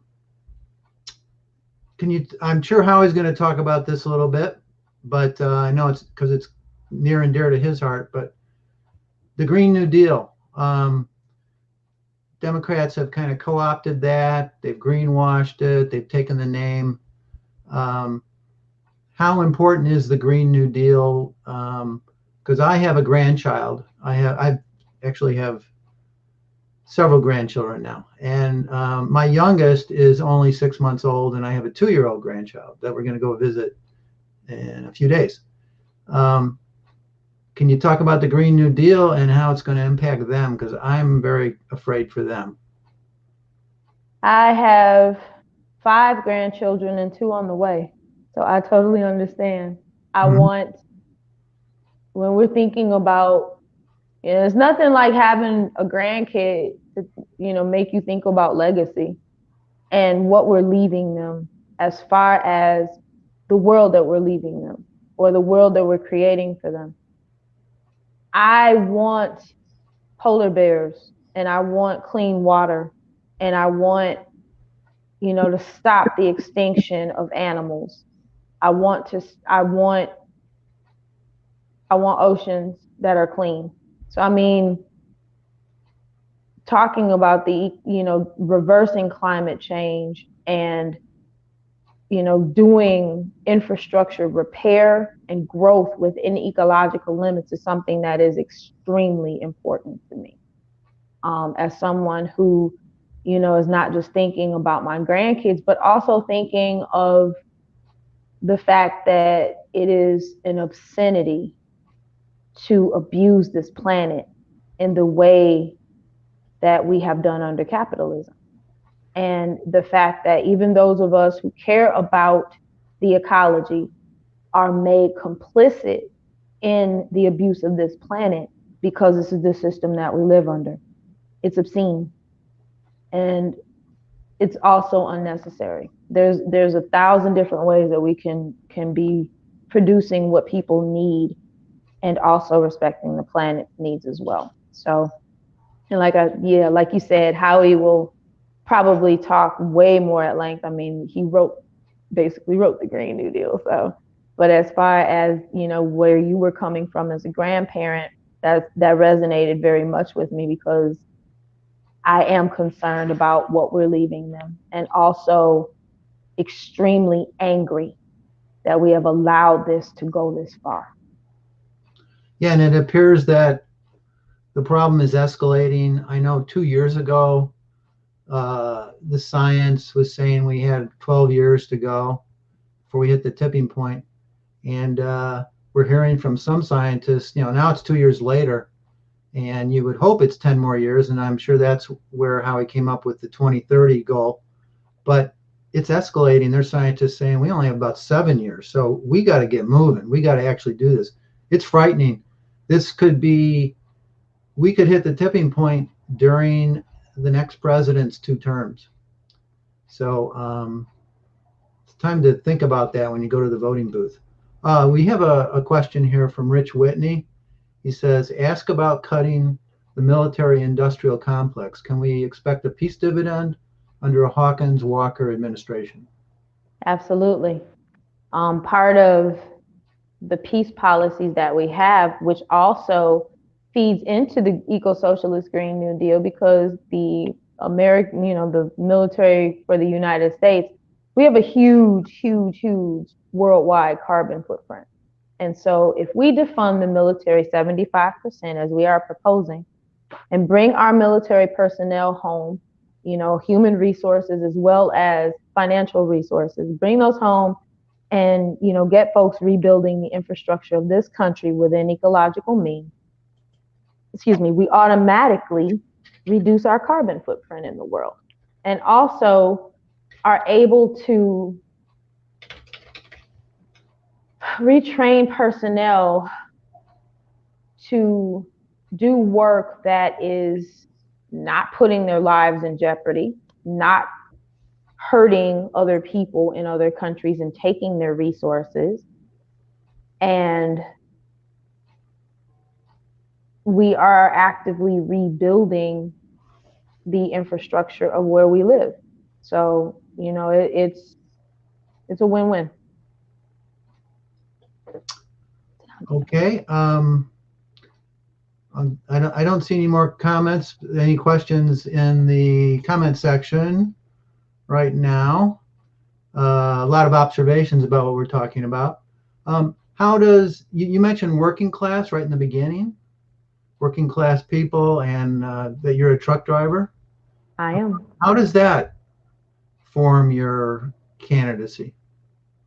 Very much so. I mean, I think the simplest way to say it is that these are, these policies are not esoteric concepts for me, or like, oh, this is quaint, let me stand up for the working people. No, this is my life. I need Medicare for all. I need, infrastructure work. That's basically what I do, but I need that stuff. This is extremely personal, and it isn't just my life that it impacts. It's everybody that I know, everyone that I love needs these policies. So, being a working class person informs this candidacy, because I can talk about working class issues with some degree of knowledge. This is my life every day. I get up and go to work every day. Okay, thank you.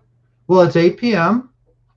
I don't want to, I know you're very nice. I'm not sure if we're going to get Howie. He's in some interview, but I don't want to take any more of your time. We have some great videos from Howie.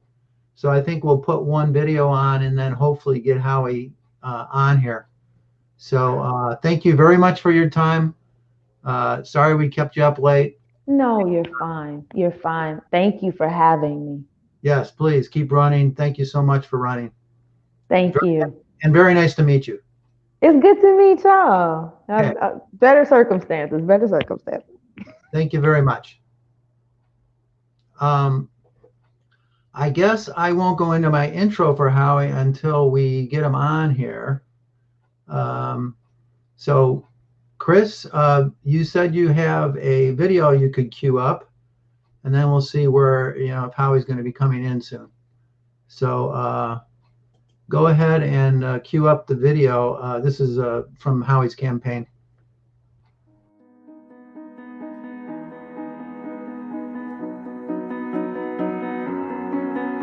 Hi, I'm Howie Hawkins. I'm a Green Party member running for President of the United States. And my platform is about eco-socialism and an eco-socialist Green New Deal. Because we can't go on living with capitalism. It's a system of endless growth, and it's killing the planet.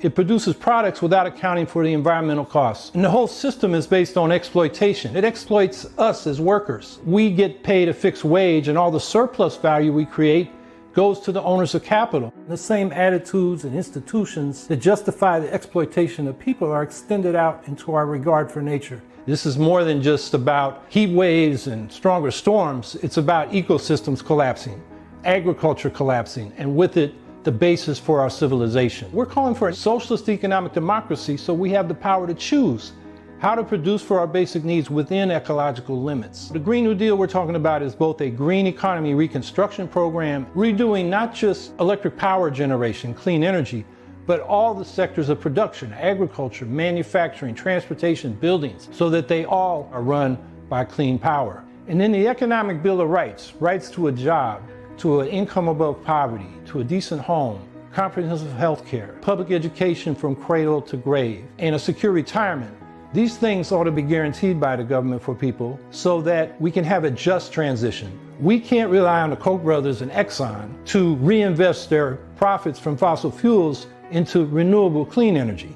They're not going to do that. So we've got to take them over and have a public energy system. And we got to move fast because we're running out of time. What we need is something on the scale of what we did during World War II, where the federal government either built or took over a quarter of manufacturing capacity in order to turn industry on a dime into the arsenal of democracy that defeated the Axis fascist powers. We need nothing less to defeat climate change.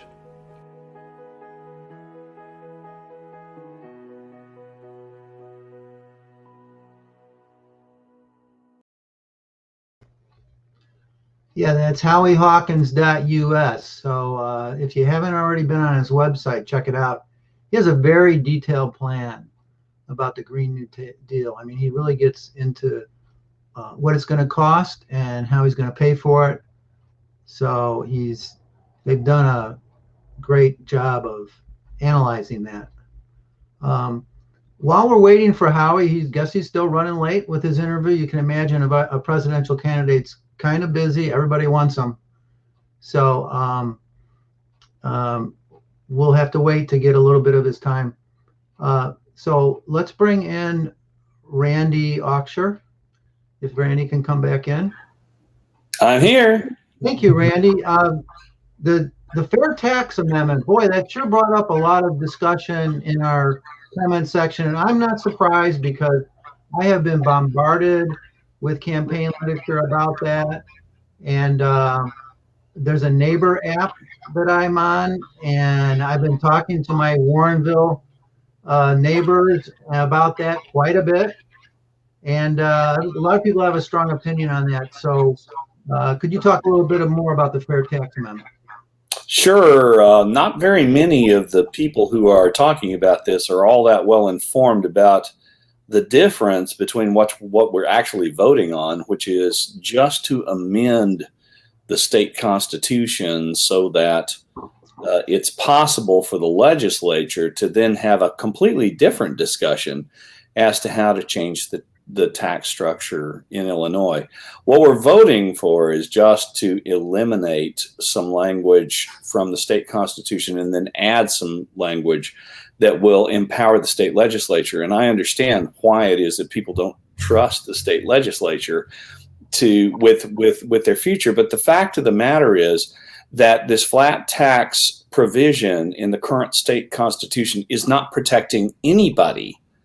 It's not working. If you feel like you're in Illinois and you're overtaxed now, that's because the state constitution and the flat tax, the 4% tax, is not actually protecting you. The way one of my friends said it is that if you like it, they'll tax it here. But that's because the state legislature is trying to work around the fact that the 4% flat tax does not adequately fund state services and other the other things, state and county alliances that are necessary in order to run our state. What will happen if we successfully, and I certainly hope that we do this, what will happen is that there will then be a discussion in the state legislature as to how to reform the total tax system in Illinois. The governor has a plan that has been put forward, which won't necessarily be affirmed by the state legislature. You need to send your Greens. You need to send me and John Keating and Anna Schiefelbein and our other wonderful candidates to the state legislature so that we can be your voice there to say, look, it's not enough just to tax the billionaires and to make sure that the rich pay their share. We also need to roll back the regressive taxes that mean that essentially that poor people pay more than their share and rich people pay less than their share. We got to roll those back and then make sure that whatever the new tax plan is, it's one that makes sense for the working people, for middle class people, and in particular for people who are just trying to buy the daily goods that they need in order to feed their children and to get by, to get the clothes washed and to get the house cleaned. That sort of thing is why you need to send Green Party candidates to the state legislature, is because it's not enough just to tax billionaires and make sure they pay their fair share. You got to roll back those regressive taxes on the poorest and the middle class in order to rebalance the state program. And so vote for the fair tax amendment. And you're in a good position then to make the argument that the new tax structure, whatever it happens to be, is one that should be equitable. It should be just. It should be fair. And so these are two different things. You have to get rid of the state, you've got to amend the state constitution so that this is possible. But then to make actual a fair tax in the state of Illinois that doesn't punish small businesses, that doesn't drive people out of the state of Illinois. What you have got to do is send sensible people to the legislature so that the discussion, and frankly, it's not just going to be a discussion, it's going to be a knockdown, drag-out argument with billionaires trying to control the state legislature, but they can't control us. They can't control the Green Party. You send our voices there and your voices there. That's what I would say. Don't be afraid to vote for the Fair Tax Amendment, because you vote for that and you vote for us, and I guarantee you we'll go there and we'll make sure that they don't screw you. Yeah, let's talk about property taxes. I know Illinois is one of the highest property taxed states, and there's definitely a connection between the state's ability to raise taxes in a fair way and these regressive property taxes. It's true, but Howie's here, and so I'm going to shut up. Yeah. That is wonderful. All right. Thank you, Randy. And let's get ready for Howie. Let me introduce Howie first. Howie Hawkins is our presidential candidate. He's our keynote speaker. We're very excited to have him. He is the Green Party and Socialist Party USA presidential nominee. And I think he's got a slew of other endorsements from other parties that he might mention. I think they're on the website. And let's see. Howie Hawkins is the original Green New Dealer. He's the first U.S. candidate to campaign for a Green New Deal in 2010. He's a retired Teamster. So am I. I only worked for the Teamsters a little while working for UPS, but I was a card carrying Teamster. Howie is the founder of the Green Party in the United States and has retained the Green Party of New York's ballot line in each of his 3 runs for governor. He's the nominee of the Green Party US and Socialist Party USA and has been endorsed by, here you go, Socialist Alternative, the Legal Marijuana Now Party of Minnesota, the Independent Socialist Group, Workers' Liberty, Student Loan Justice, and a number of local DSA chapters. So it's great to have Howie here. And Howie, the floor is yours. We were planning to go till 8:30. We could go a little long since you're 11 minutes late starting. I'm sure people won't mind. I'm certainly willing to stick around. I'm excited to have you. So if the floor is yours, maybe speak for 10, 15 minutes, and then we can take some questions. Well, it sounds good. Thanks for having me. And I see you've been listening to your local candidates. And as far as I'm concerned, they're more important than I am in this period we're in, because if we're going to build the Green Party into a major party and displace the corporate parties and get some real power in this country, it's got to be built from the bottom up. We've elected 1,220 people over the years. There are over 100 now in office, local candidates. But we should be electing thousands, and that's the base on which to get people in the state legislatures and in the Congress. And when we have a caucus in Congress, we run a ticket for president, and nobody will be able to ignore us. So one of the reasons we're running is to secure ballot lines or retain ballot lines.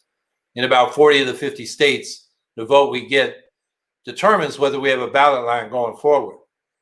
And here in New York, we're fighting for our life because you probably heard about the Democrats knocking us off the ballot, violating the law, and certainly in Montana and Wisconsin to do so. And what they did in Pennsylvania was use a very trivial, paperwork problem, and it didn't prevent the information the Board of Election needed from getting to them. It just was filed by a separate mail instead of with the petition. And that was enough to get us knocked off the ballot. But in addition to, challenging our petitions, and in those states we had 2 to 3 times the number of signatures we needed. Here in New York, under the cover of the pandemic, they attached to the state budget bill last April, a bill that triples the number of votes we need to keep a ballot line, doubles the frequency we need to meet that threshold to every 2 years from every 4 years. And if we lose the ballot line, we got to get 45,000 good signatures in a 6-week window, which makes New York one of the hardest states to get independence on the ballot. So we're fighting for our life. The only candidates that ever received enough votes to pass the new threshold was Ralph Nader running for president in 2000 and me running for governor in 2014. So that's where we're at. Those endorsements are good, and we need to build relationships with those groups going forward.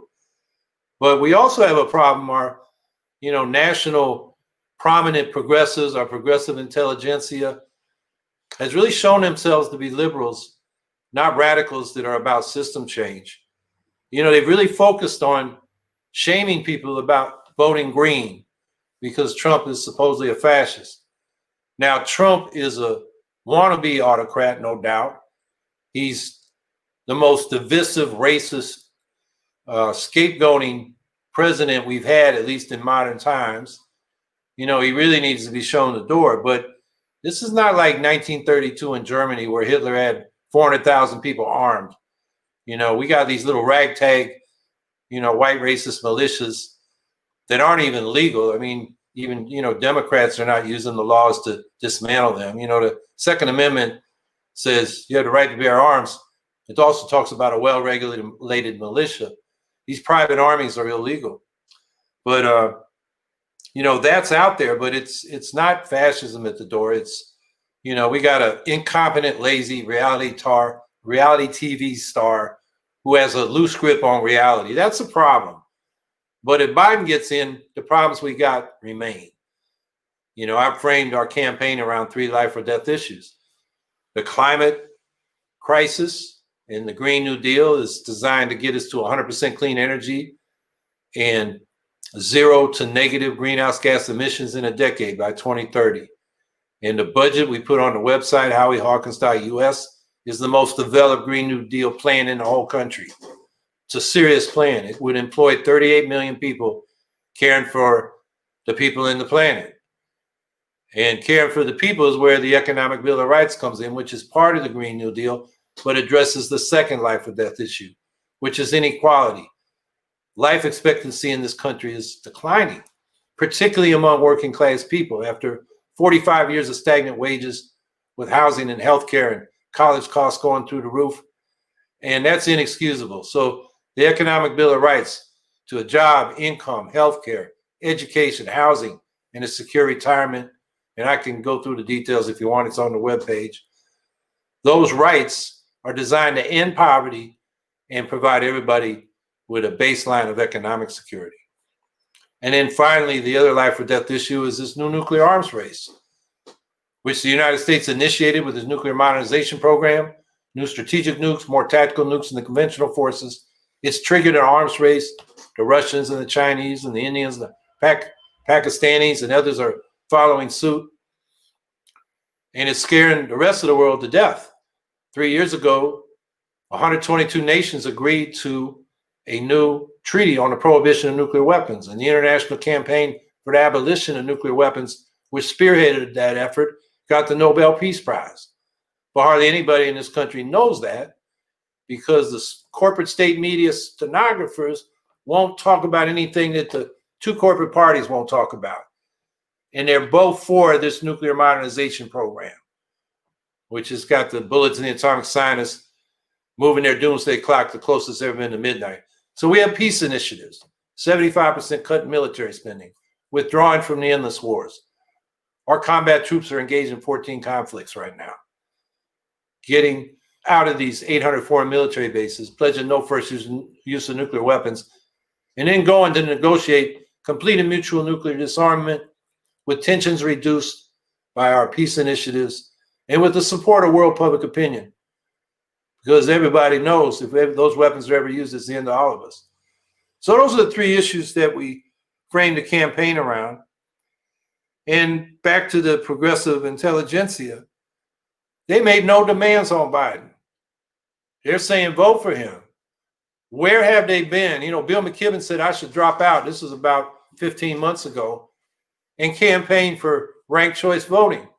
You know, it's the Green Party that's been giving the Democrats a proven nonpartisan solution to what they're worried about. They're worried about the Green Party. Most of our voters wouldn't vote if we weren't on the ballot. We know from 2016 exit polls, 61% of Gilstein voters would have stayed home.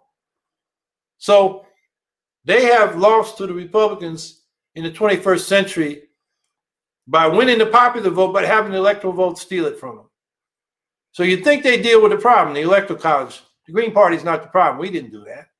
And before you even get to the electoral college, what's made it close is massive suppression of likely Democratic voters, Black voters, Latino voters, in some communities, student voters.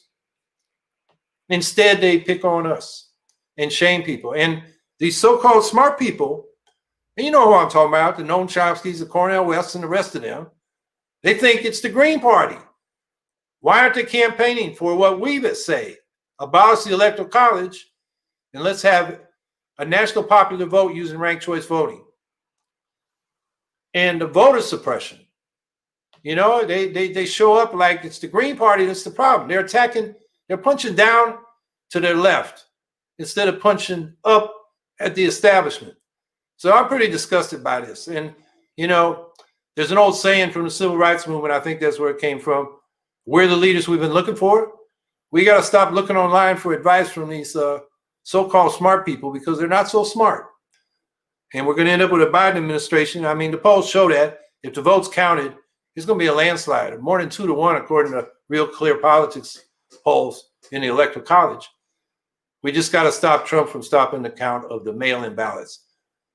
And I think we'll do it. Our campaign's ready to go to court, like David Cobb did in Ohio in 2004, like Jill Stein did in Wisconsin, Michigan, and Pennsylvania in 2016.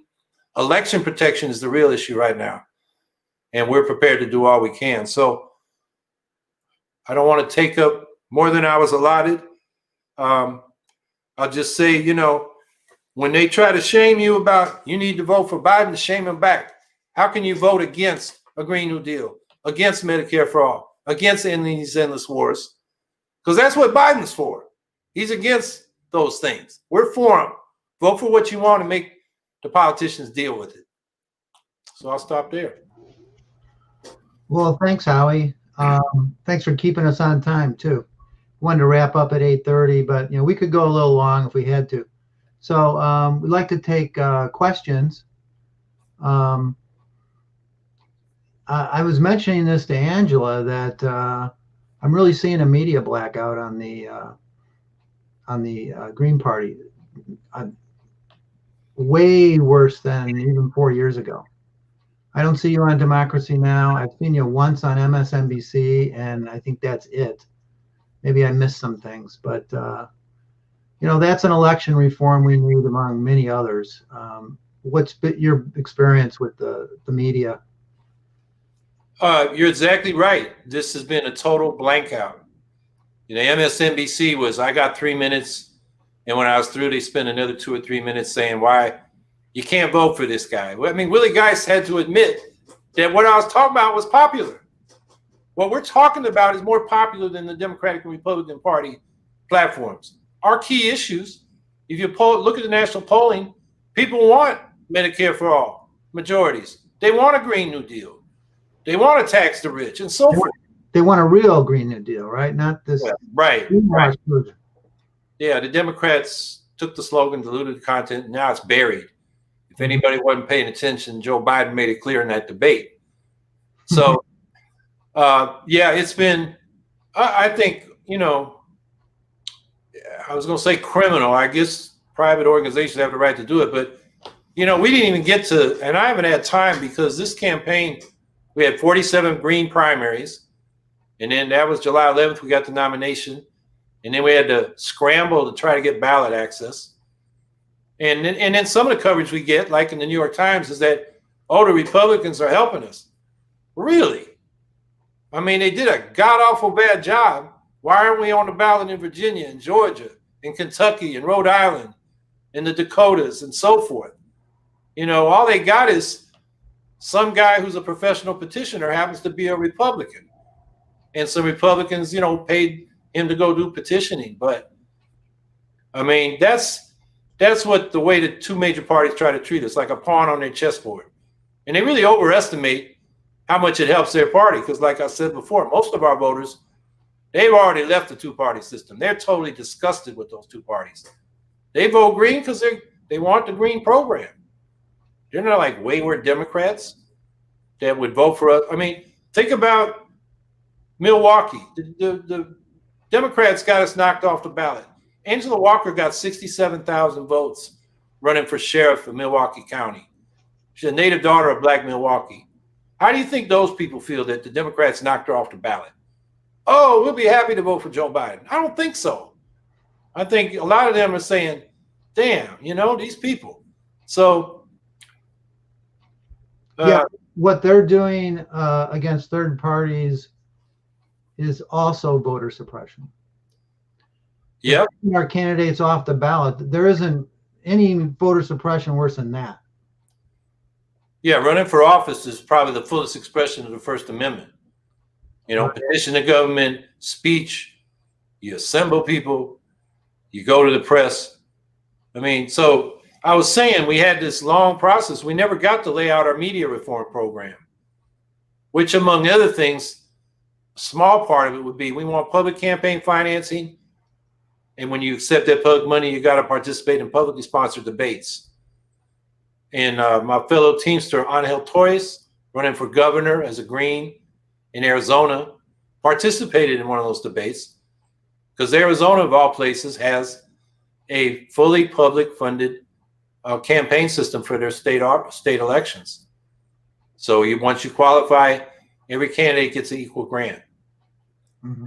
And if you take the money, you got to participate in the debates. So that would be, you know, one way to get some coverage because the debates are very important. But then the media reform, just briefly, we need to restore the restrictions on cross ownership in media markets across platforms. And we need to, I believe, now that the print newspaper business model doesn't work anymore because so much of the advertising revenue going to social media, they should be publicly funded. Have boards selected by lot, like juries, that allocate money to investigative journalists, so we can start getting coverage again of what's going on in our cities, which is really, there's been a lot of attrition to that. And when there's not sunlight in those dark places, there's a lot of corruption. We got a question from Albert Shaw. The Great Lakes are facing an issue with an invasive species of Asian carp. Would you, as POTUS, move funding from defense to other interior projects to help this problem and others like it? Yeah, our Green New Deal calls for a modern day civilian conservation corps, would employ 4 million people, doing afforestation, habitat restoration, and how the best way to deal with the Asian carp, I will leave to the biologists and the experts in that field. But restoring ecosystems is going to be one of the missions of the Civilian Conservation Corps, and developing and devoting a lot of effort into restoring our ecosystems, because ultimately that's what supports our economy. We have a question from Rich Whitney. I would love to hear about Howie's platform on agriculture and how it would help address the climate crisis. Yeah, we want to get Wall Street and corporate farms out of the agricultural business and restore family farming in the process of transitioning to organic farms and away from this industrialized, chemicalized agriculture that has killed soil. So as we move to organics, we're regenerating living soils, which will draw a lot of carbon out of the atmosphere, which we need to do in this climate crisis. And then provide supports as people make the transition to organic agriculture, including parity pricing so that the cost of all farm inputs are covered with the base price for commodities, including all the agricultural commodities, fruits and vegetables and dairy, as well as the traditional commodities that get support, so that the costs of production are covered. And that parity price goes up with the rise in the cost of inputs. We'd have some supply management so farmers aren't caught trying to sell when there's a surplus, and we don't have gluts in commodities either. We need a new farm steadying program to help new farmers get on the land, because if we go to organic, it's a little more labor intensive and the farms are smaller. And I think the people that want to do that are a lot of these new immigrants. They are farmers from Mexico and Central America that our trade deals and our coups have chased off their farms for various reasons. And we work with them here in Central New York. They're the people that milk the cows and pick the crops. But their American dream is to have a farm. So I think we should help them. So, agricultural policy was a big part of the first New Deal, and it's a big part of the Green New Deal that we propose. We've also got a question from Caroline Kalampow. What is your comment on Democratic Party's version of the Green New Deal? We've talked about the Green New Deal, but I guess she's asking you to maybe parse the differences. Sure. Well, at the end of right after the midterms, the Sunrise Movement with Alexandria Ocasio-Cortez in tow sat in Nancy Pelosi's office calling for a select committee on a Green New Deal. And Pelosi wasn't having that. So AOC and Ed Markey, the senator, came back with a non-binding resolution for a Green New Deal. And what that did was take our slogan and divest it of its real content. So it eliminated the ban on fracking and new fossil fuel infrastructure. That is the key frontline demand. We can't build that infrastructure or we'll be locked into fossil fuels for decades more. It dropped the phase out of nuclear power. It dropped the cuts to military spending to help pay for the Green New Deal. And it extended the deadline for zero emissions by 20 years, from 2030 to 2050. And then Pelosi never let them vote on it in the House, that watered down Green New Deal, which she called, quote, the Green Dream or whatever, end quote. But in the Senate, McConnell wanted to put all the Democrats on the record because half of them were running for president. So Schumer called that a trick, and so did Markey. And they advised the senators in the Democratic side to vote present rather than for a watered down Green New Deal. And all of them did, except 4 of those Democrats voted no with the Republicans. So there is no Democratic Green New Deal. You know, AOC handed off the development of a proposal to the New Consensus think tank. They never did one. And now the people that were asked to do it have moved on to another think tank. You know, the only developed Green New Deal, which shows its homework, is the one on my website that we developed with, you know, John Wren and some other people here in New York. So then what's happened? You know, the Green New Deal wasn't even mentioned at the Democratic Convention. It's not in the Democratic platform. And if anybody hadn't been paying attention, Joe Biden made it clear in that debate with Trump, he's not for a Green New Deal. So that's where it's at. The Democrats, we're not going to get a Green New Deal from the Democrats. We got a question from John Keating. This one isn't going to come up. From another. Anyway, we have a question. What would you say to people who are just getting involved? Why do members of the working class need to run, especially in state and local elections? Well, we need to represent ourselves. We've relied too long on, you know, upper middle class lawyers, occasional professors, mostly lawyers, real estate people, and they got their own interests. And behind them is the money and interests that pay for the campaigns. So we need to act and speak for ourselves and not lose touch with the communities we come to represent. So I think that's pretty clear. And, you know, the key to doing that is you just can't recruit a working class person and then send them out. You got to have an organized base to support them. Because if people are working, they have limited time. I mean, Angela, my running mate, you know, she's a dump truck driver, and right now it's a very busy season for them. She's working 12, sometimes 14 hours a day. And what's amazing is she still puts in 2 or 3 hours after every workday and then the whole weekend on this campaign. But that's asking a lot. So we need to organize working class people into a mass-based party that funds itself with dues like we fund our unions and has the resources so we can hire staff people to support us in our political work and make sure all the stuff gets done. Because right now we rely on volunteers, and if people are working class people, you don't have that much flexibility in your time. And if anything comes up with the family, you know, you got to take care of that first. So I think, you know, even before we get to running working class candidates, we got to have a working class organization to support them. We got a question from Troy Hernandez. He says, I love Howie's real, in-depth economic analysis. Is rare to find on the left. Howie, what are your thoughts on Thomas Piketty's Capital in the 21st Century prescription for global wealth tax, a maximum wage, etc.? Yeah, I haven't got through Capital in the 21st Century. It's a big book. And then he's got another one, Capital and Ideology. I got it on an audiobook, and it's so long, man. I just not a good time for me to get through a long thing like that. But the book that his colleagues wrote with Emmanuel Says and what's the other guy's name?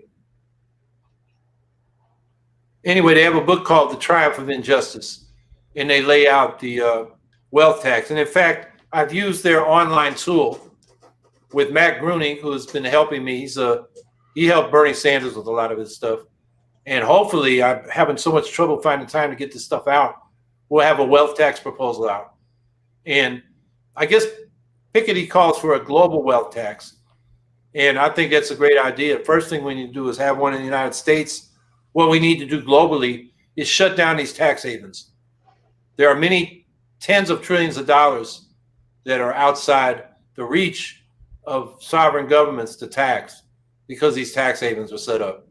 And they're set up in little countries that couldn't set them up unless countries like the United States wanted it to happen. So I think that's the first step toward, a global tax system that is equitable. So a global wealth tax, a wealth tax, a progressive wealth tax in this country, progressive estate tax, more progressive income taxes, and then ecological taxes on the extraction of resources and on pollution. And I would say including a carbon tax, not to generate the money we need, because we can always, have the Federal Reserve just create reserves and spend it into the economy to get these tasks done until we get to full employment. But to set up basically a carbon tariff.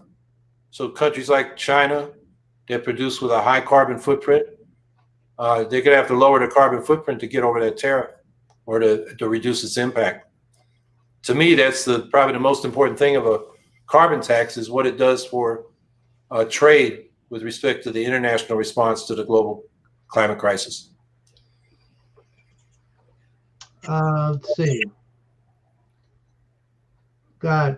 Here's another question that's come in from Lisa Robert.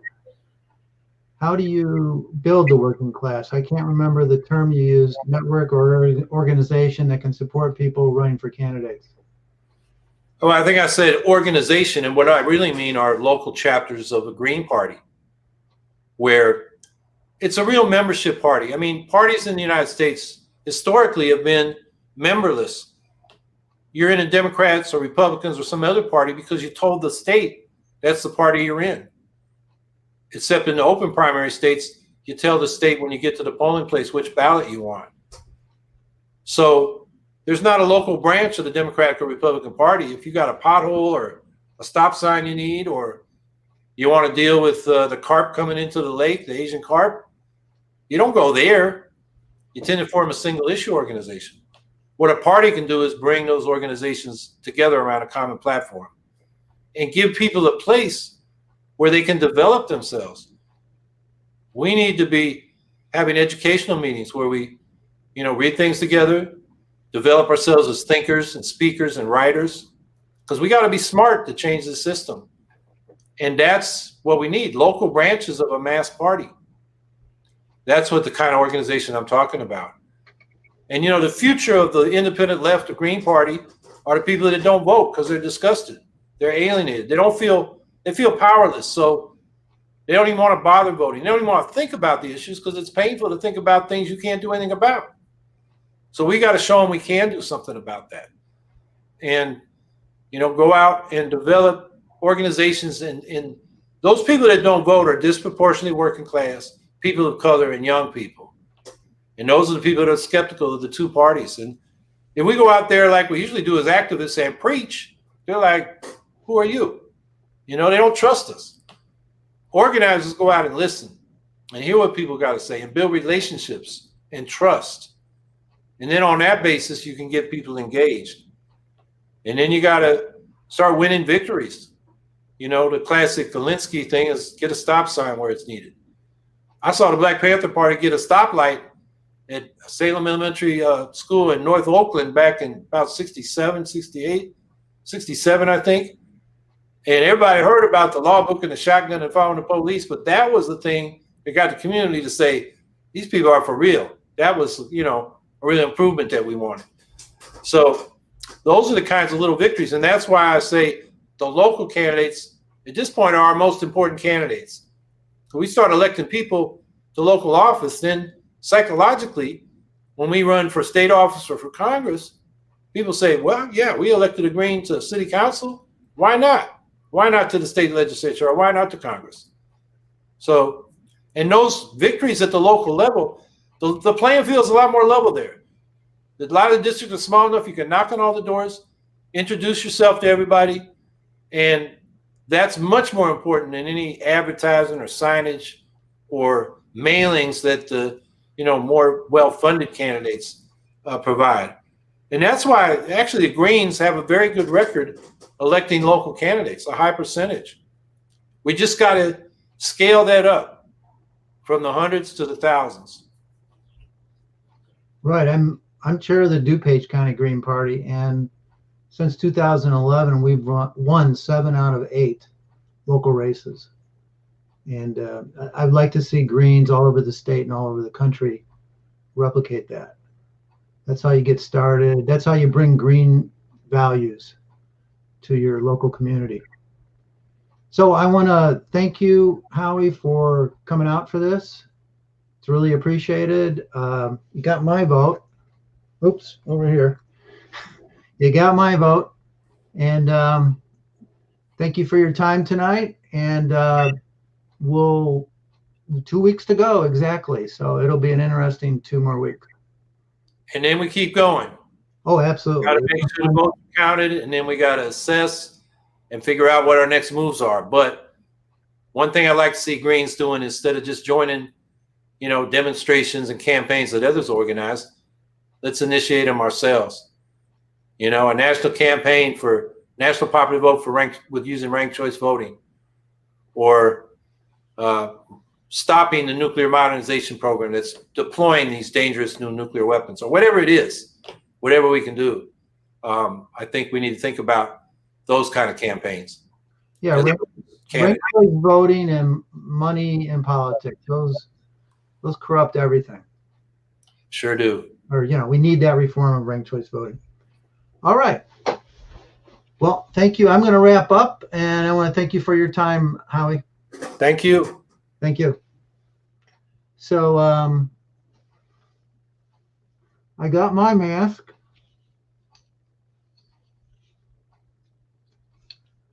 And I recommend people check out the DuPage Greens are doing a lot of work with fundraising online.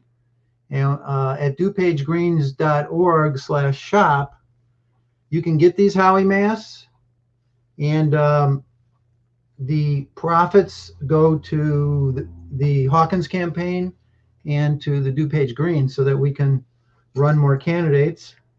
You can buy Illinois Green Party buttons like what I'm wearing. You can get a bumper sticker for your car. You can get an Illinois Green Party t-shirt. Everything's online. And this is a fun one. This is the good, the bad, and the ugly t-shirt. That's another one that's available.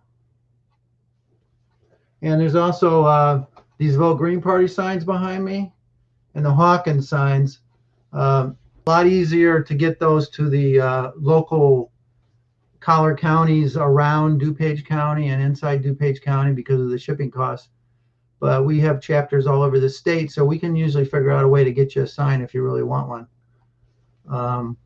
Another thing I wanted to mention before we wrap up is go to ilgp.org/vote. I mentioned that at the very beginning of this stream, and that's where you can find out all your info on where your polling places are. Any question you have about voting, we've answered it there.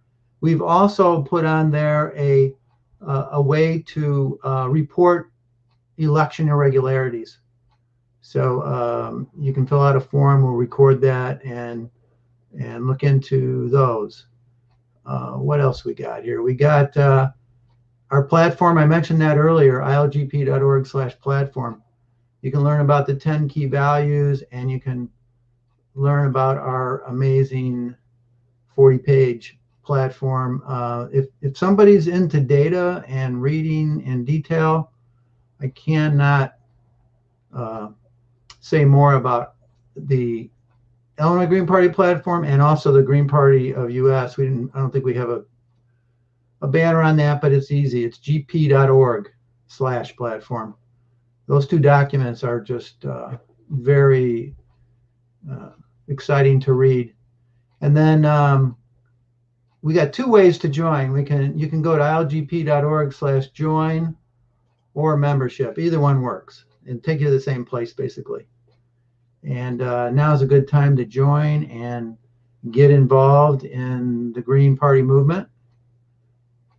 And I already talked about the shop. So those are all the things I wanted to talk about. You know, I think that the Green Party is more important than ever right now. It's really the only political party that the major political parties, the ones that national, we're really, if you think about it, one of the few political parties that don't take big money special interest contributions. And we do that so we can fight for peace and economic, social, environmental, racial, and democratic justice for everyone in Illinois and the nation. And we could really use your help by donating and joining the movement. Last thing I'll say is that tomorrow is the second session for this virtual gala. And at that second session, which you'll be able to find either by going to the Illinois Green Party Facebook page and then look at our events. You'll easily find information on our event tomorrow. You can also go to ilgp.org/events. And we have our events listed there too. So that's a way to find the live stream address next time for tomorrow.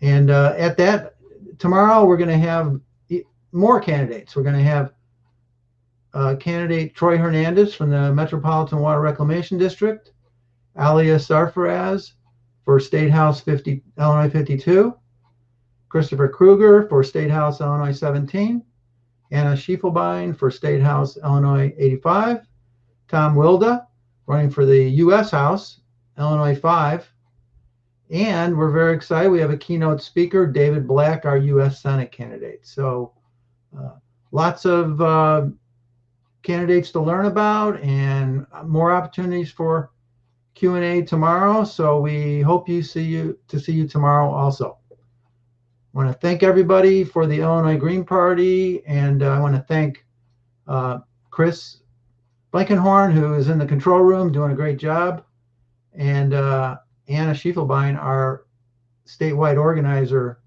has just done a phenomenal job pulling this together. So thanks to them and our great candidates, and we will see you tomorrow.